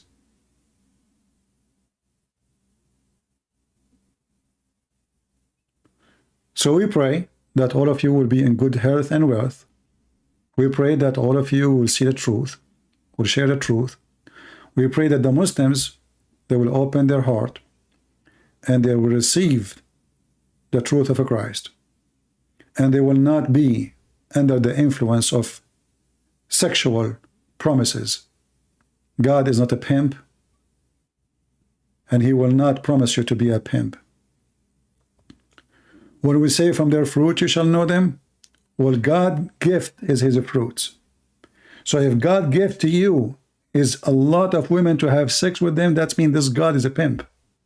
His name is Satan. What I expect from Satan? To tell me you will be holy in my house? You will be like an angel?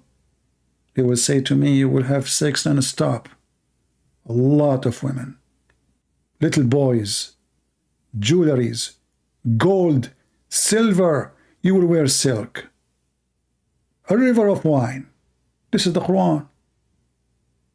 If you don't believe me, check it out. This is the promise of the God of the Quran. When they asked Jesus, this woman, she will be the wife of who when she go to heaven? He said, he and she, they will not get married. They will be the same as angels. We don't have the same heaven. For the heaven of God is a holy place. And if God cannot make me happy in his heaven way more than my sexual joy, how he can be God anyway? The God who can create a joy, he can create always a better joy, fit with his house. So we will have a way better joy in the kingdom of the Lord. Have nothing to do with food, nothing to do with sex, nothing to do with money. He will free us from our needs. And that is the biggest gift. Imagine if you go, you do not need food to live. You do not need drink to survive. You do not need medicine to be healthy. Isn't it this is the ultimate gift? I'm sufficient. I don't need. In Islam, you are a slave of needs. You are more needy from the way you used to be before.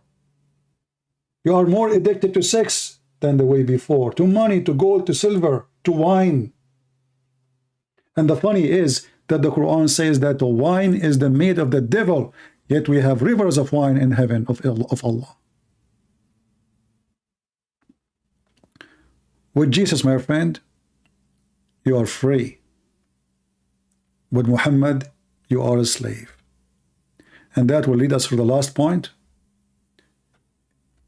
When the Quran make a mockery of the Christians, could not understand why the Christians and the Jews, they say, we are the children of God.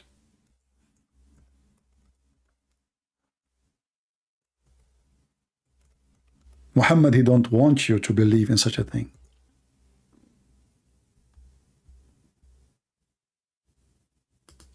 The Christians and the Jews, they said, we are the children of God. Say, why then he punish you with your sin? This is Satan. This is Satan. He don't want you to believe that you are a child of God. He wants you to deny him. He don't want you to appreciate his care to you. A child of God does not mean that God, he gave birth to me for he have sex with my mother. Stupid Muhammad. A child of God mean a person who received a gift of God. He received the Holy Spirit. He received the guidance. He received the promise. And he appreciate the Lord. So Muhammad don't want you to appreciate the Lord. He wants you to be a slave of Allah, not a child of God. And actually the Quran say clearly, Allah created mankind and genie for one reason, just to worship him. This is not what the Bible says.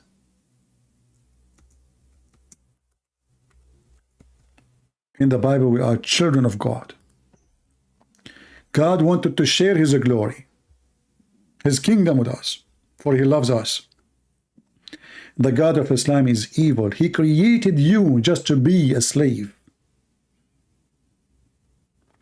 And Allah saying, I created not the jinn and the human except they should worship me. That is the purpose.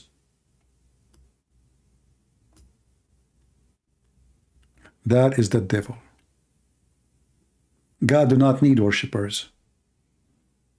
He's not lonely. This is why Muhammad, he said, if you don't commit sin, Allah will destroy you. And he will replace you with nation who commit sin and ask for forgiveness.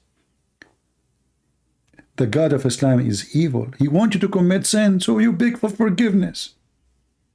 The God of the Christians, he wants you not to commit sin, so you don't ask for forgiveness. He wants you to be healthy, not to be sick. Allah wants you to be sick and beg for health. So we have totally the opposite belief. Totally the opposite. And when Muhammad, when he says things, it shows how stupid he is. Because if Allah is God, and he will destroy us if we don't commit sin, so what is the story of Noah is about? You see the stupidity?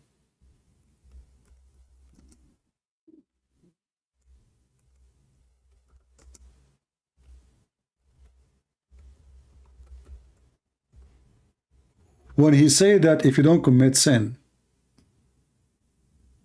he will destroy you.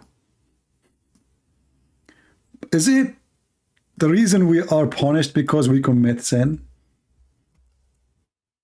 According to Muhammad, it's the opposite. If you don't commit sin, this evil God, he will destroy you and replace you, which means this evil God is evil. He will not destroy you because you are being bad. He destroy you because you are being good. And that is exactly what the devil wants. He's saying them be bad. Just ask for forgiveness.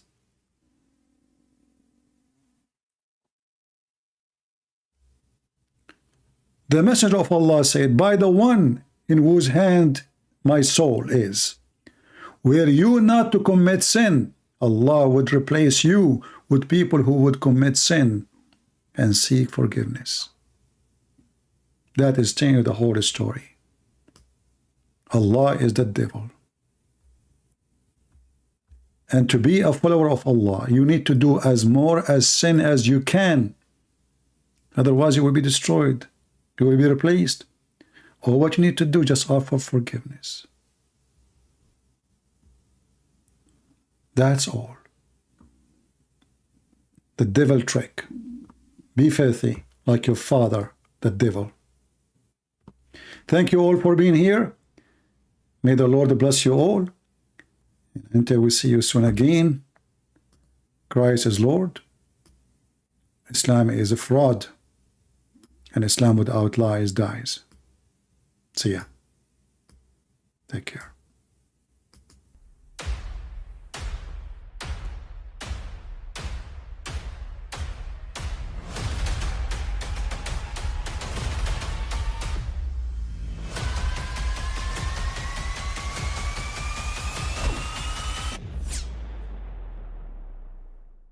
But I mean, again, he doesn't know who Gabriel is, right? Because he didn't come from an Abrahamic faith. The people of Mecca were pagan. Quran has mentioned if this book was from other than God, they would have found in it many contradictions. If a book is without contradictions, that has no bearing on whether it comes from God or not. I've had phone books that are inerrant, but I certainly don't think God gave them. That we believe without understanding. The brother asked a very important question, that most of the scholars say that listening to music, watching movies, and most of the television programs, they're haram. So how can we have fun? Let me tell you, brother, at the outset, that having fun is permitted in Islam as long as the fun is halal fun. That the standard narrative has holes in it. The Prophet tells us because Satan or the devil sleeps over our nostrils. Those who oversleep and not pray Fajr on time, Satan urinates in their I ears. really do think Jesus was crucified and that he really was dead and buried. He thought that he was a son of God in the sense that he was specially chosen by God. I think Jesus really did think he was going to be the Messiah, the future king of Israel. I mean, that is, after all, why they crucified him,